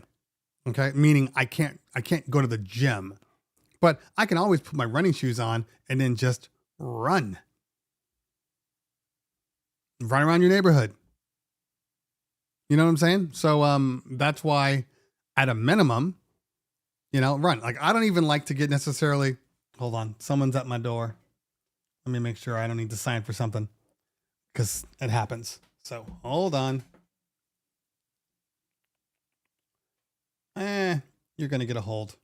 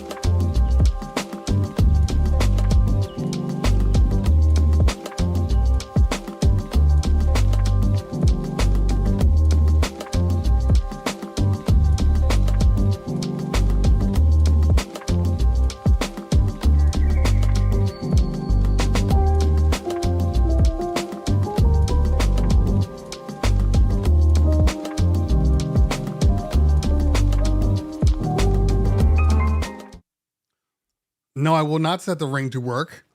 But I'll tell you who it was. It was my insurance, not agent, but insurance sent somebody over to just take pictures of the property. Probably so they can try to raise my rates. Hey, you didn't tell us you had this. Hey, what about, yeah, whatever. So anyway, I'm just glad that I had my gardeners came today. So they mowed and blowed the lawn. So at least it looks nice. Not like yesterday. Okay. T Diesel. I just unboxed my Ref 7. Do I have to buy or pay for DVS to use it? You may have talked about this on your videos before, but I don't remember. Why do I think you do? I think you do have to pay for DVS, but why would you want to? What do you want to use DVS for? You have a Ref 7. Help me understand.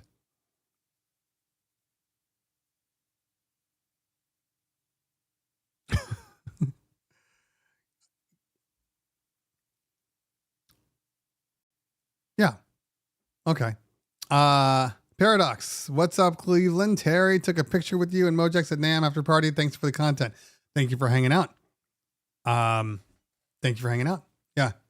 It's telling me I need it when it's plugged in. Yeah, that should not be the case at all. At all. No, it comes with a Serato license for that. Not DVS, but for a Serato license. Okay, so in the building, what's going on, fam? Good to see you. Okay.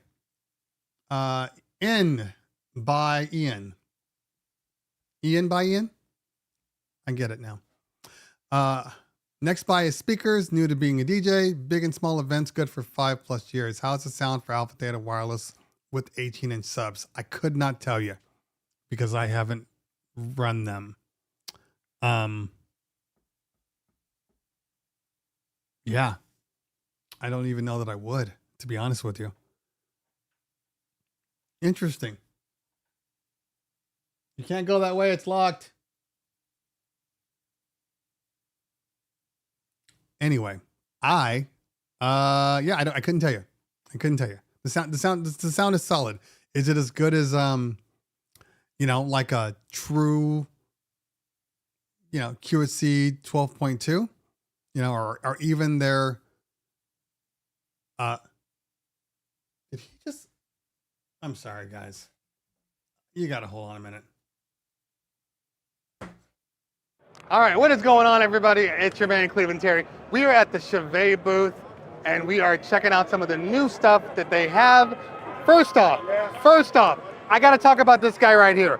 You know what this is? This is the Gig Bar case. It is a hard case. Hard case. Go ahead, open it up. Open it up. Oh. It is about damn time. About damn time. Also, I want to show you something else because I'm shocked. Remember in my video last time, guys, I talked about the fact that the Gig Bar Move was cool with the ILS, but it needed its own controller. If I didn't want to rock the Gig Bar, like maybe I just wanted to rock some totems. Guess what? Bam! Bam! ILS command. This is exactly what Chevet needed. Exactly.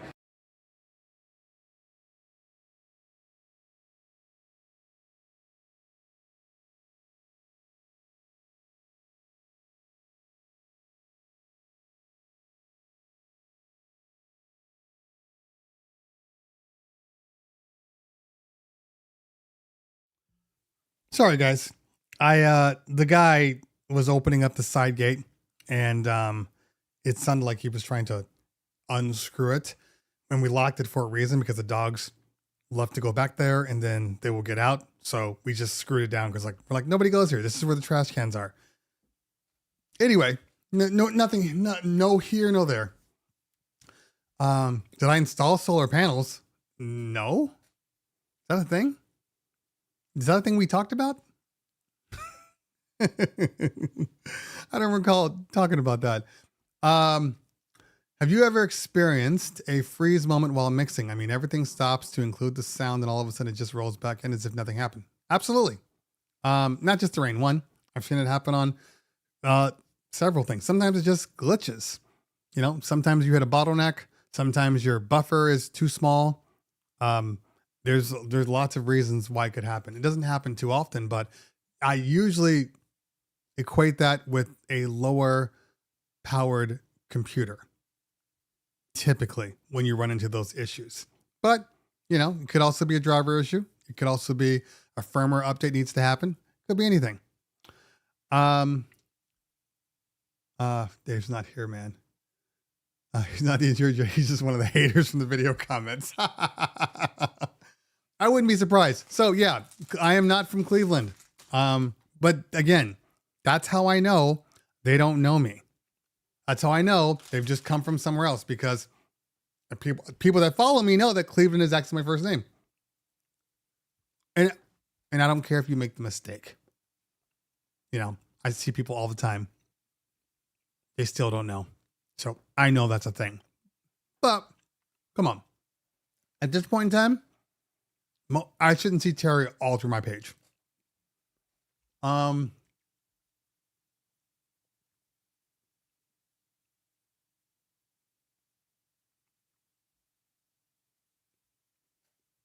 dogs are moving around too much. Paradox, by the way, what's going on? Thanks for coming by. I appreciate you. At the NAMM, with you and Mojex at the NAMM after party. Which one was that? I'm trying to think. NAMM always becomes a blur. So, oh, okay. The NAMM after party at the nightclub at City Walk or whatever. Not City Walk, but I forget what they call it. Lake Walk or something like that. Yes. No, got it. Okay.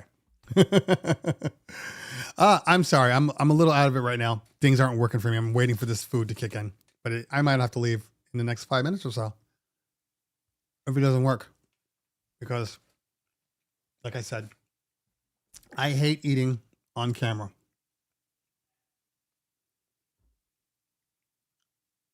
This adjuster's all over the place. I can hear him. My dogs are barking. Okay. Look for a couple more questions and we're going to get out of here.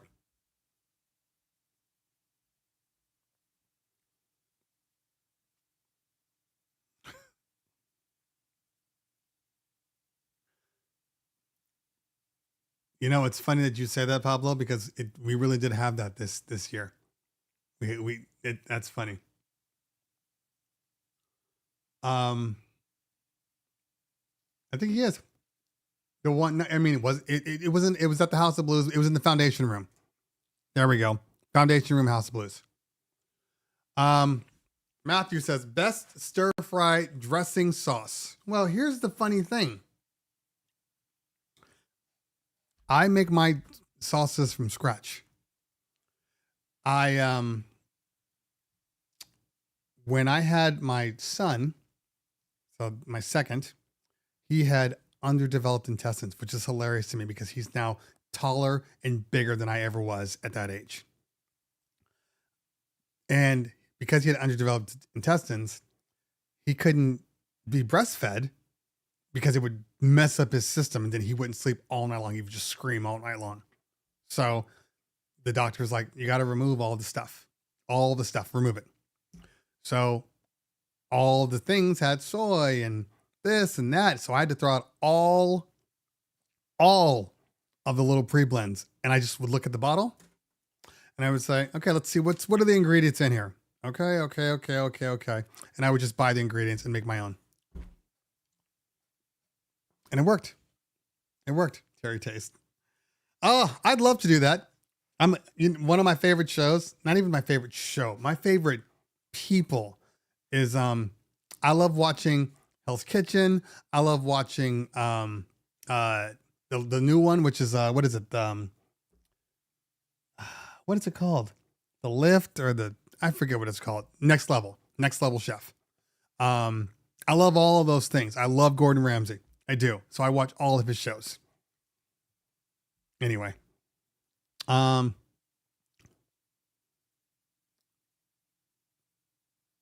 chili oil. Okay. That's good stuff. Though I will use bottled teriyaki. Yeah. I don't make my own soy sauce. I mean, soy. Although I do a gluten-free and, gluten-free and low sodium. I don't know if the guy's going to come back or not. It'll be interesting. Really want to see a Cleveland cooking show. Any gigs this weekend? Yeah, we have a few. I have a little corporate thing that I'm doing. Actually, it's a big corporate thing, but it is what it is. This is we only have we only have 6 events this weekend. So it's kind of an easy weekend. But after this weekend,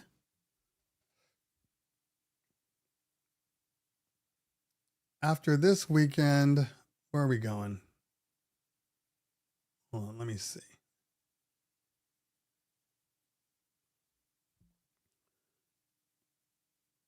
Yeah, this month is the slowest of our months.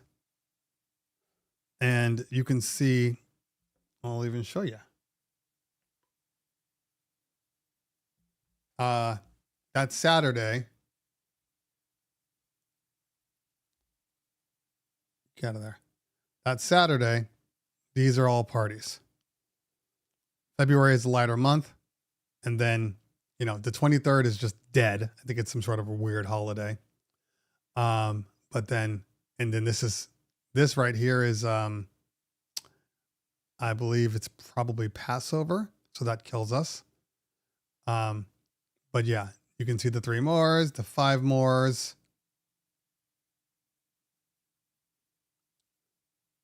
I mean, our May is insane. And even June, which is normally a dead time for us, is getting big too. It's been crazy. Absolutely crazy. I don't have an answer to it. I just think we just do good work, and we get a lot of referrals. Somebody asked last week, do we still do just referral based, or do you use like wedding wire or not? It's absolutely referral based. DJ Farns in the building. What's going on, fam? Good to see you. Yeah, we have never once did any type of showcase. We aren't subscribed to wedding wire. I mean, at one point, I think we might've been on, Yelp, but Yelp is trash. So we got out of that. Anyway, but I know there's always this thing about the MSG, MSG is not like the worst thing for you. It is if that's all you eat and you eat large quantities of it, but MSG in its own, in moderation is okay once in a while. Hef Sabawat. Love your content. A little question for you. I want to get into the wedding, private, and corporate events. However, I only played 1 wedding and 2 corporate so far. Where do I start? Well, those are 2 different things. And when I say that, I really mean they're 2 different things. Weddings, you can get yourself referrals from like the Knots and Wedding Wire, and you can put yourself in the, local chamber of commerce, and, just try to get your name out there that way, throw discounts online and stuff. Hey, book with me and you'll get blah, blah, blah. Like all of those things are possible. Corporate, on the other hand, is a whole different animal.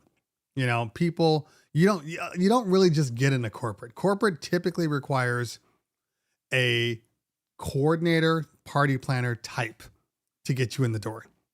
Most of the time they're literally just saying, hey guys, they hire said business. Hey, we want to do this. We want an LED wall. And we want this. Here's our theme. This is kind of what we're thinking. Run with it. We want a band. We want a DJ on Friday and a band on Saturday. Run with it. And then they handle it all. So having pretty much every corporate event we've ever done, give or take, has come from some sort of planner. And once we're in the door, then it's different. They keep calling us back. Like we want that person, but we've gotten corporate from 2 different places. 1, planners, coordinators.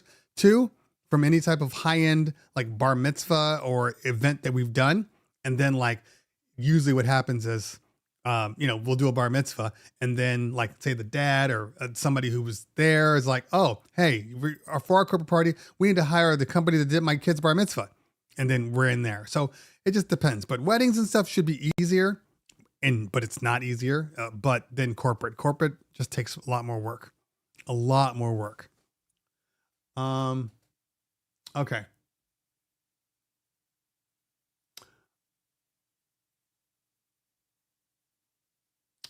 One of the tricks that I like to use,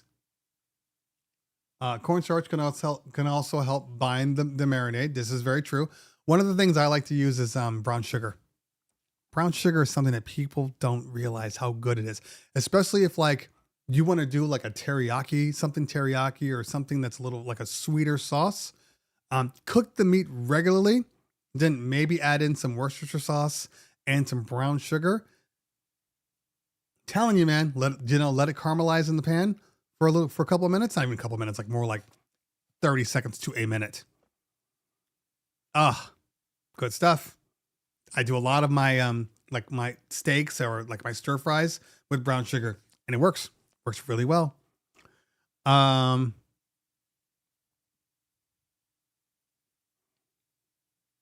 Okay.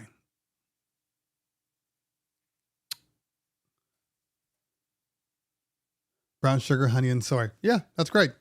Yeah. Oh, Kitty. Oh, Gerald. Okay, let's see here. Thank you. That have cleared up a couple of things for me. I feel kind of stupid myself on wedding websites without enough photo materials to prove I can handle it. Well, I mean, you said it yourself. You've done like 2 weddings and maybe 1 corporate or vice versa. It's going to be hard in the beginning. You know, I mean, hopefully, and especially with weddings, because you don't get a lot of new bookings from weddings in real time. Everybody at the wedding, they're not necessarily planning on getting married. So you're not going to see those benefits until much later down the line. So that requires a lot more, you know, pay to play type stuff. Lots of garlic. I'm a garlic fan, and I'm a basil fan. I use basil and everything. And basil has a lot of B6, which is really, really good for you. But I love me some basil.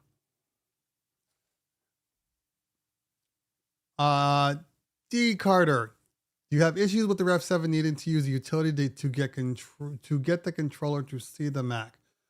The Rev 7 will say audio driver until I turn off the Rev 7 and open the utility. Okay, I've had that happen.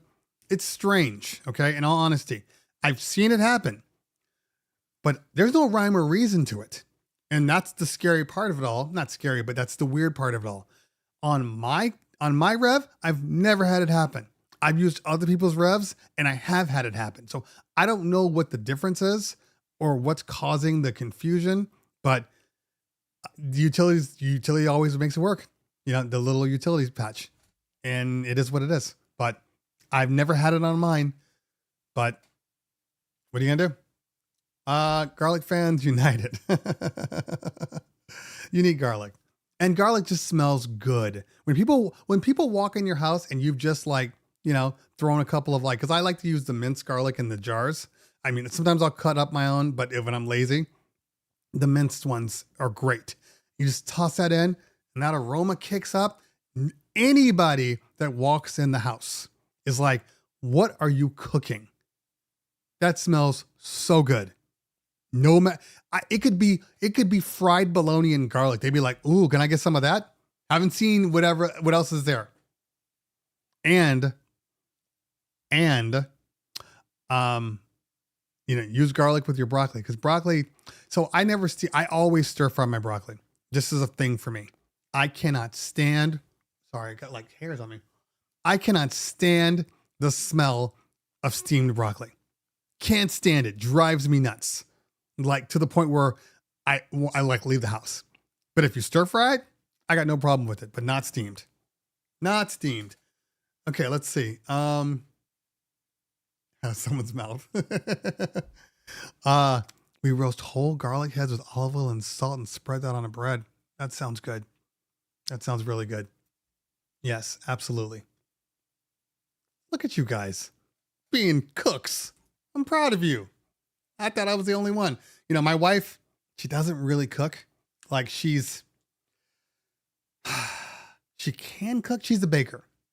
She's anything that goes in that big box underneath the fire, I stay away from. I can't stand baking. Can't stand it. I don't like to bake like, oh, we'll make a lasagna or a pie. Like, I don't even do any of that stuff. I can't stand it. I'm on the flame or on the barbecue. That's it. Oh yeah, and baked broccoli, that's great too. My wife does that. You know, at least she used to. She hasn't been doing anything lately. She's getting lazy. huh? What? And then I'm like, I kid. She's not here. And she doesn't listen to my shows.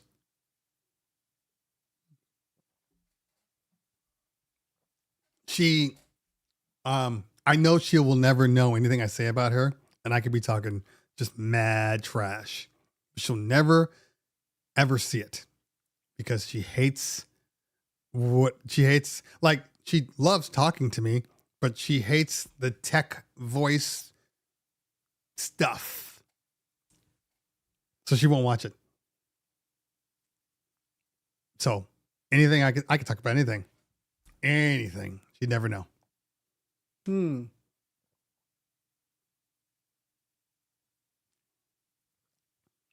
Okay. DJs need to eat well because we can easily have a bad eating habit. Absolutely. That's probably number one. And for me, like, I'm gluten-free. Oh, when I tell you I had the worst. So we went out to the club. We went out and saw Arcade and Miles Medina out in downtown. Great thing. But we had eaten on the way up, and then I think we ate it around, I'm not even sure we ate. So then when we got to the hotels, everybody got changed and stuff, and then we went out there because it was like 9 o'clock. Because it was about, we don't go into San Francisco. We stay out in like San Mateo, or not San Mateo, San Jose. So it was about a 50-mile drive, and it was raining, so we had to account for all of that. So I didn't eat. At least I don't remember eating. Anyway, I didn't eat. Watched the show, drank way too much tequila. Like I don't know. It's like the people wanted to have a death wish because I'm like, dude, I have to stop drinking. Like, stop giving me shots. Like, you do want to get back to the hotel. I need to like sober up. Like, no more drinks for me. You guys can keep drinking. I don't give a shit. But like for me, the next hour, like nothing. So on our way home, I'm like, I am starving. It's literally, 2 a.m. or 2:30, and I'm starving. And I'm like, we got to order something. We got to eat. So the girl, she's in the back.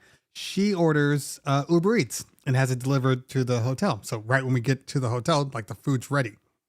She ordered tacos. I'm like, yeah, just give me a couple of steaks and the chicken taco. Easily. Tacos. The tacos had gluten in them, and I was completely unaware. And when I tell you, for the next 4 days, I have been in severe cramping and pain. Like, I barely got through Saturday night because we did that on Friday night. The bar mitzvah was on Saturday night. Like, I was I had so much discomfort. I could barely DJ. Like, I barely got through the night. Like, I was making mistakes and ending songs early, like all the things. But the facts are, because I couldn't concentrate. I couldn't be in the moment. So yeah, I was sick. And then that Saturday night, they're like, we're going out again. I'm like, I think I'm gonna have to stay in. I didn't recover until today's Thursday, yesterday, where I finally felt better. So Saturday morning, 3 a.m. in the morning, it took, so what is that? 5 days? I can't have that. So I just stay away from gluten completely. But I try to eat now. I've been in the process of actually bringing like an alternative meal, because a lot of times, I'll get to the place and they'll have food, but it's all glutinous. And it could be as simple as it's just pasta, or it's breaded chicken, or, the steak has a flour marinade on it, or in the pan, or the dressing, whatever, all of it. So a lot of times I can't eat. I can't eat it. I can't eat it all. So, I'm forced to be eating at 1 a.m, which is not good. So I've been bringing my own food to the parties, and it's been going well. Because it's really not the food at the parties that's the issue. because I think people are going to eat the food at the parties, whatever they can, and then they're going to want to eat later.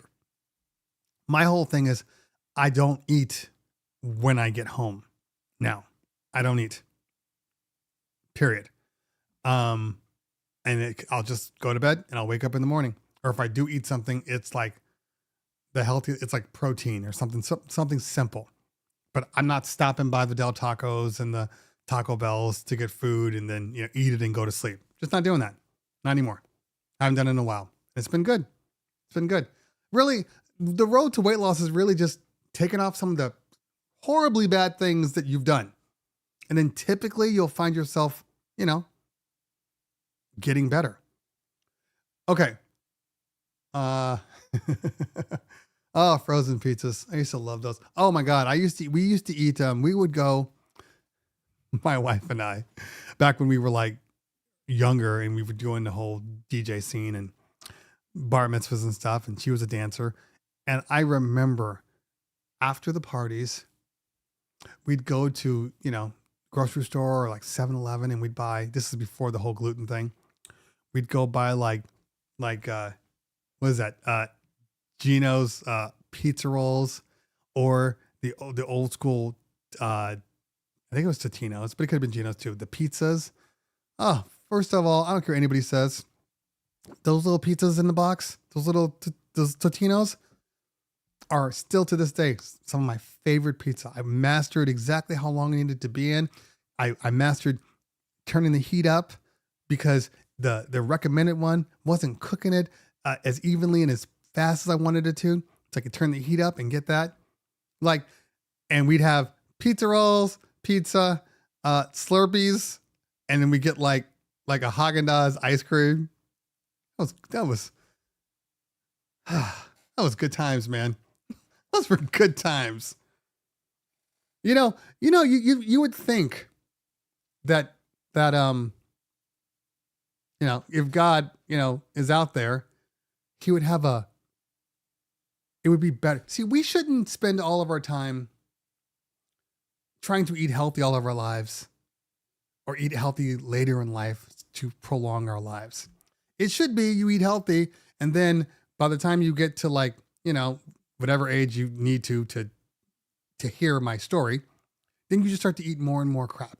And then you spend the second half of your life just enjoying stuff that you never did before. That's the way it should be. You should be going on trips and eating all the shit and enjoying everything. Drinking all the alcohol, smoking all the cigarettes. That, you should go out. You should be able to go out with a bang. But not oh, now I'm doing that. Now I'm going to die. You know what I mean? But no, you do all that stuff in your teens. And then you get to your middle age and all of a sudden you're like, oh man, no, thank you. I'll just have the broccoli. Anyway. Okay. Costco sells a cauliflower crust pizza if you want to keep the pizzas healthy. So I actually don't like the Costco. Wait a minute. No, I've had the Costco ones. The ones that I like are the ones, they're at our Stater Brothers.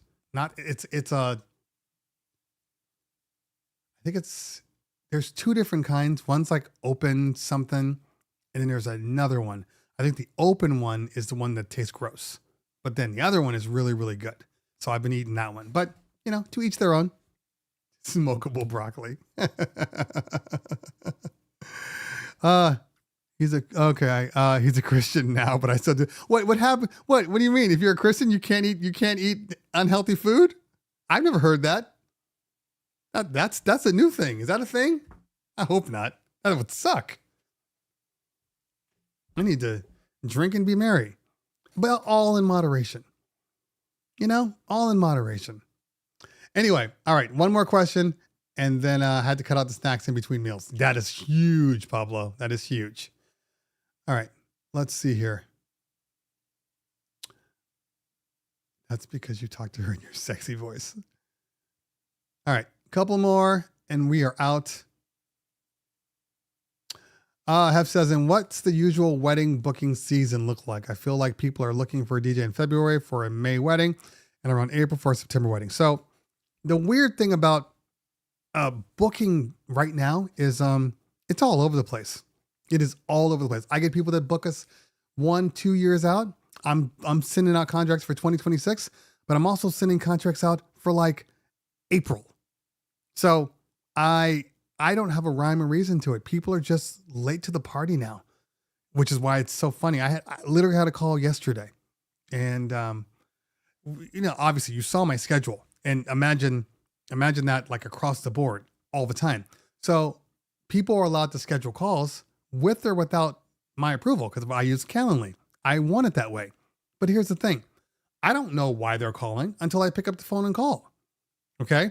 Sometimes I'm able to like check out early, but if I wake up in the morning, there's like 30 calls on my table, I'm not going to be doing all this extra stuff.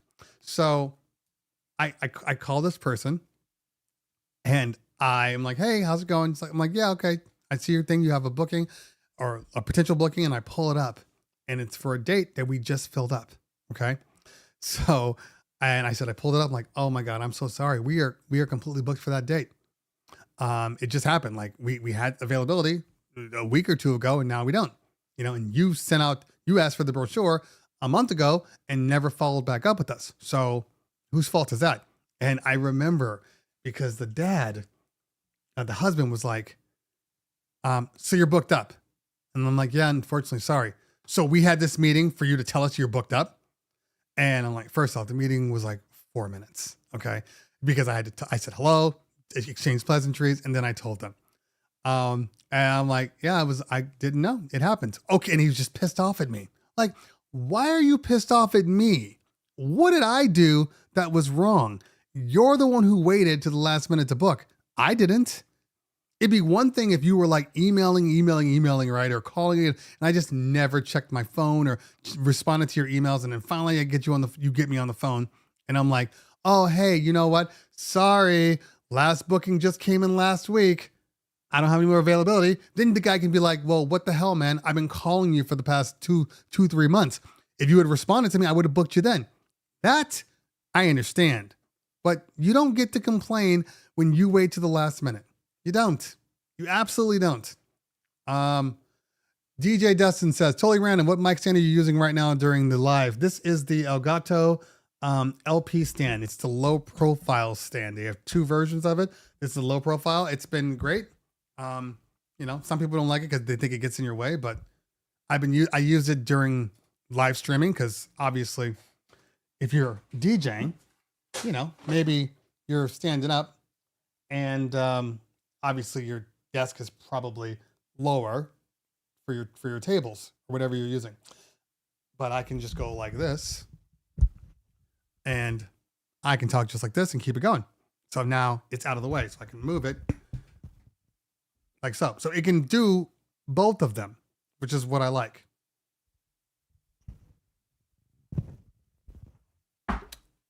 Oh. Okay.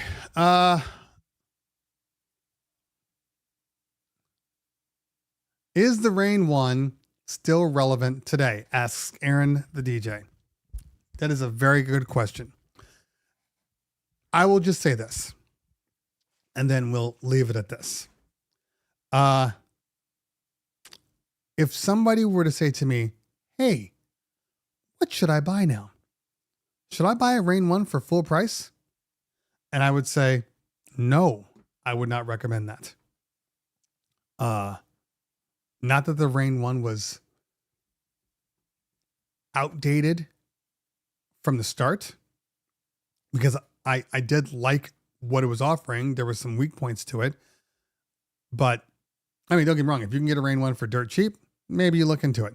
But I would never pay retail for a Rain 1 right now. Nope. I would absolutely wait. Now, if you were,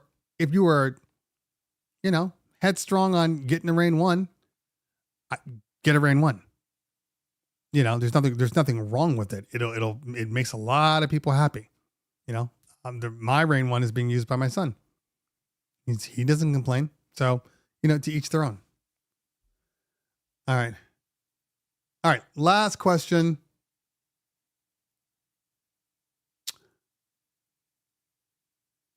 Let's see. What is my last question going to be?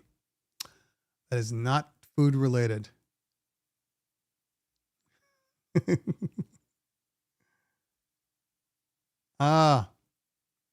Yeah, and make sure you guys watch the video. Jay Book in the building. What's going on, fam? Good to see you.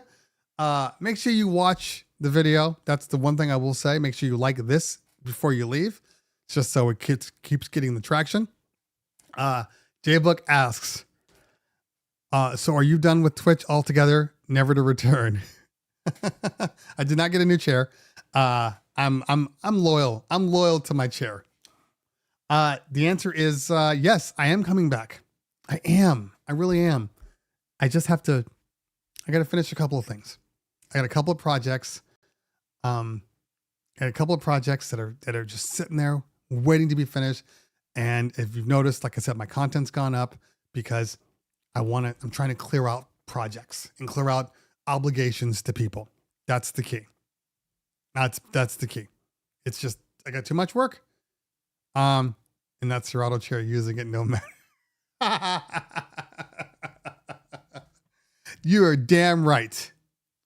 What does that meme say? It's like, yeah, he's my man and I love him. I'ma stick beside him. That's me. That's me.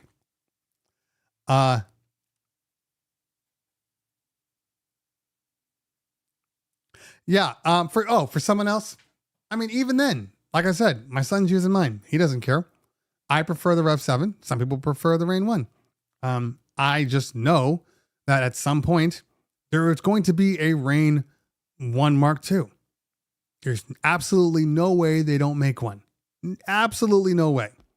So if you're not in a hurry and you don't need it, then wait. I would wait it out, especially if you like Rain. I would wait to see what Rain does this year. Remember, Rain has done nothing this year. They passed NAMM, done nothing. So it's just a matter of time before Rain releases whatever they're working on. So I would just sit tight, see what happens.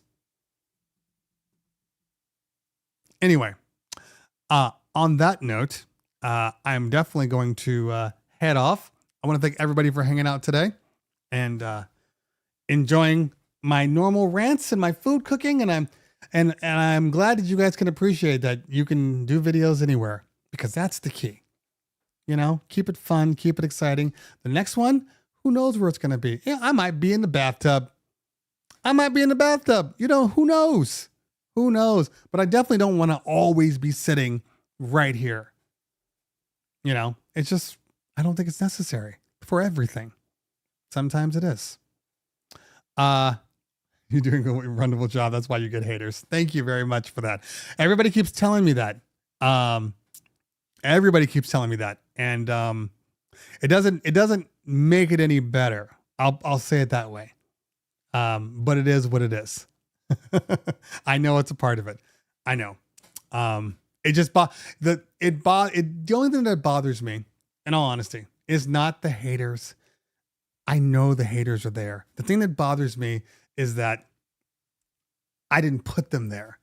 It was nothing that I said that put these people into my stream to talk trash. That's really the only thing. That's the only thing that bothers me.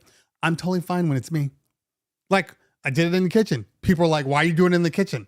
And I'm like, and I find it humorous, and I'll make a humorous thing back to them, because I knew what I was doing when I made it. I knew I was going to get some sort of reaction. Have you tried TikTok DJ live streaming? Nope. DJ Metro, I haven't done any DJ live streaming at all in months. It is just what it is. So, I mean, people do it. I don't know. I'm barely even on TikTok anymore. I'm going to be honest with you. I've tried. It doesn't work for me. I'm just not a TikTok guy. You know? And I don't know. I feel like there's a time and a place for DJing. And what I don't want is me on there and they're like, you know, why is your dad DJing? Like, I don't want that. I don't care enough. These kids don't get it. Most people don't get it. Most people are just naive to the world. You know, the biggest thing that I see right now is sports. sports things, when people are talking about who the greatest is or whatever. When people say out loud, and they're serious, that Michael Jordan, you guys always talk about Michael Jordan, but Michael Jordan wouldn't score 10 points in the new league. Or if James Harden was playing when Michael Jordan played, he'd have 8 rings. Shut up. Oh my God. Oh my God. I've had the luxury of being in both generations and watching all the players. There's some amazing players now. Their shooting is unheard of, unmatched. But don't talk to me about going in the paint and you being able to do whatever you want. It was a different era in basketball. And that's the thing. I see people say this and then I'm like, oh my God, you're just so stuck in a bubble. Just so stuck in a bubble that you have no idea, because all you know is now. You don't know before. So I know that if I'm DJing on TikTok, you know, there's going to be all these people. Why are you playing this? What is this? I don't know what this is. Oh my God. Killer Mike. Killer Mike won the Grammy. And by the way, and then the LA police arrested him over some dumbass stuff. Neither here nor there. Killer Mike won album of, hip hop album of the year. I went to Killer Mike's page. So many shit talkers. So who the hell is this guy? Travis Scott was robbed. Metro Boomin. I can't believe. Shut up. There's a difference between having good beats and being popular and actually having an album of substance and style. There's a difference. That's why he won. Because it was something different. Why do you think most of the time, if you go to, when you watch the Oscars, and the Oscar winners are always people that did something that was different, contrary to everybody else. They played a mentally handicapped person. Typically, they're always nice in their movies. And all of a sudden, now they're playing like this big gangster, killer guy. People like that. They like to see range. Travis Scott's just making another album. And while it's a good album, it's not making me think. Like when Kendrick's albums come out, I'm always like, wow. I'm not going, oh, I just like it because of the beat. Metro Boomin's a dope ass producer. Like that doesn't happen. So there's a reason for it. By the way, I'm getting a new gimbal today. My old gimbal, I had a Zhiyun Crane gimbal, took a dump on me. So I'm getting a Ronin. Ronin DS3 is coming, RS3. It's coming today. Very, very excited about that. Very excited. Anyway, Kayla, I'll have to listen to that.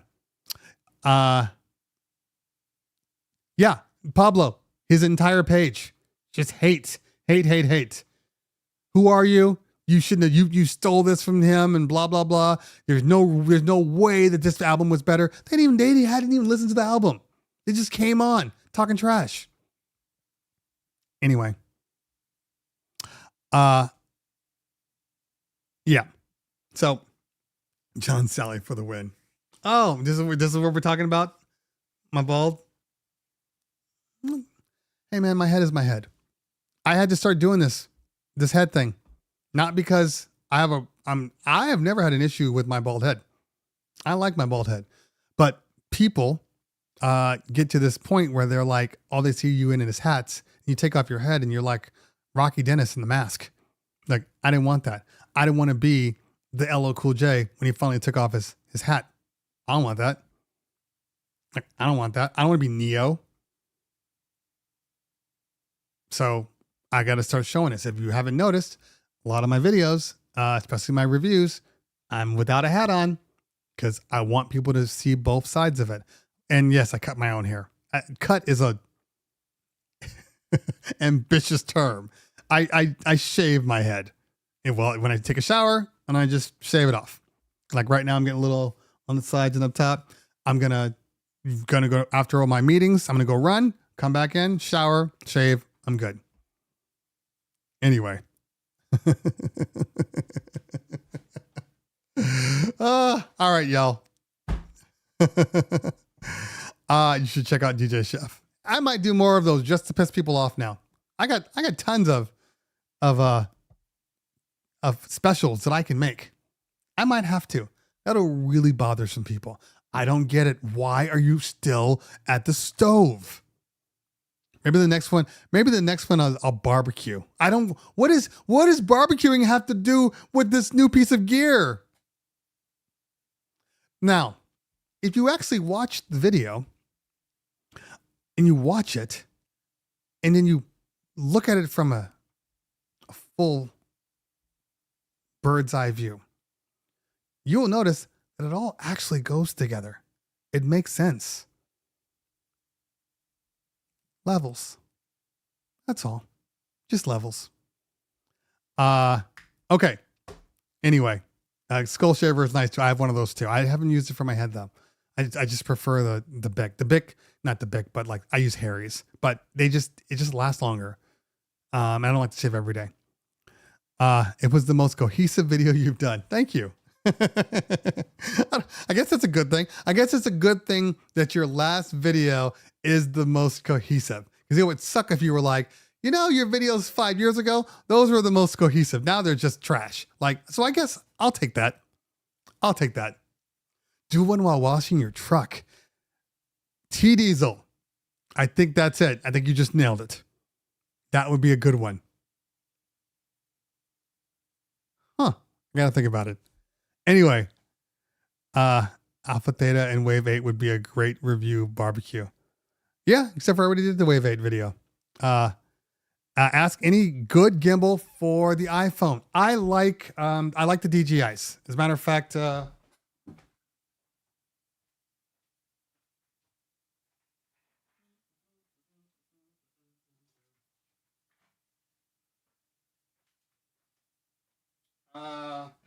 so this one is the it was like the second generation. This was my old Zhiyun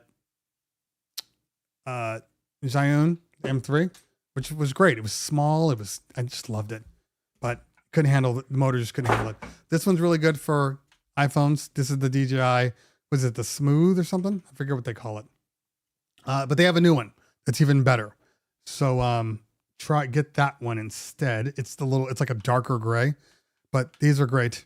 And the battery lasts forever. And I use it all the time, except for when I lose my magnet. I know it's in one of my bags somewhere, just kind of stuck somewhere. Anyway, all right. What do you move your gear in? A vehicle? Sometimes a van.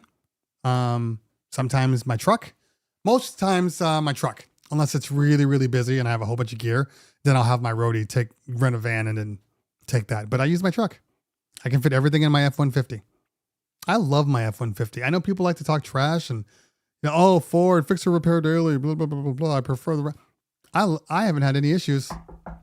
I love my F-150. I do. Road cases are road cases. Every single thing that I use has some sort of a case. Don't know. The way I work, everything is different. Like my furniture comes in there in the, what is that? The AK, was it AKB? Whatever. It comes in its own cases. My lights, my larger movers, my Chevets are in their own road case, flight cases. Cables are in a regular big ass canvas bag. My smaller movers are in a small canvas bag. I got some new movers. Oh, I'll show you this before I leave. It's not an EcoBoost. It's a V8.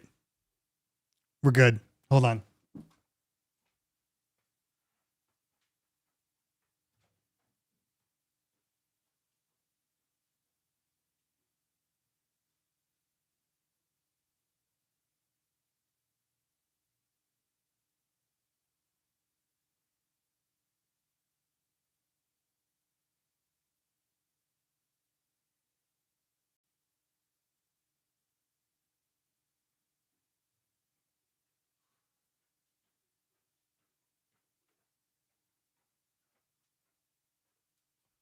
Okay.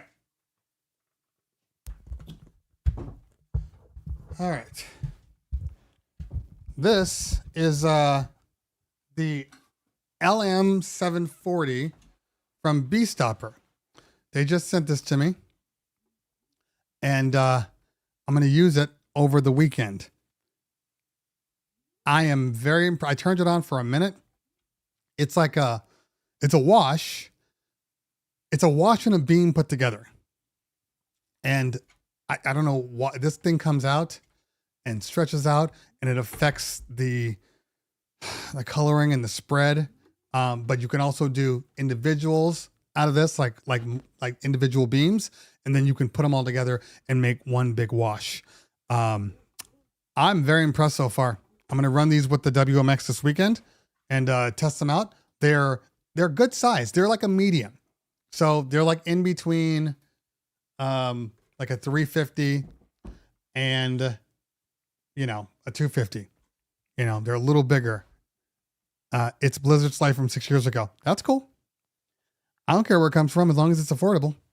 So, yeah, we're going to be trying this guy out over the weekend. And see what it is. That's it. Yeah. B Stopper contacted me, about a month ago and wants to start doing more stuff. So I'm like, yeah, they're like, pick what you want. I'm like, well, I only want good stuff. Don't send me trash. And if you're wondering about these versus the washes are considerably smaller. Like this is I think it said something like 150. It's something ridiculous. The amount of light coming out. I'm only speculating right now because I'm not doing the review. So you can just ignore me, but it's been good. Yeah.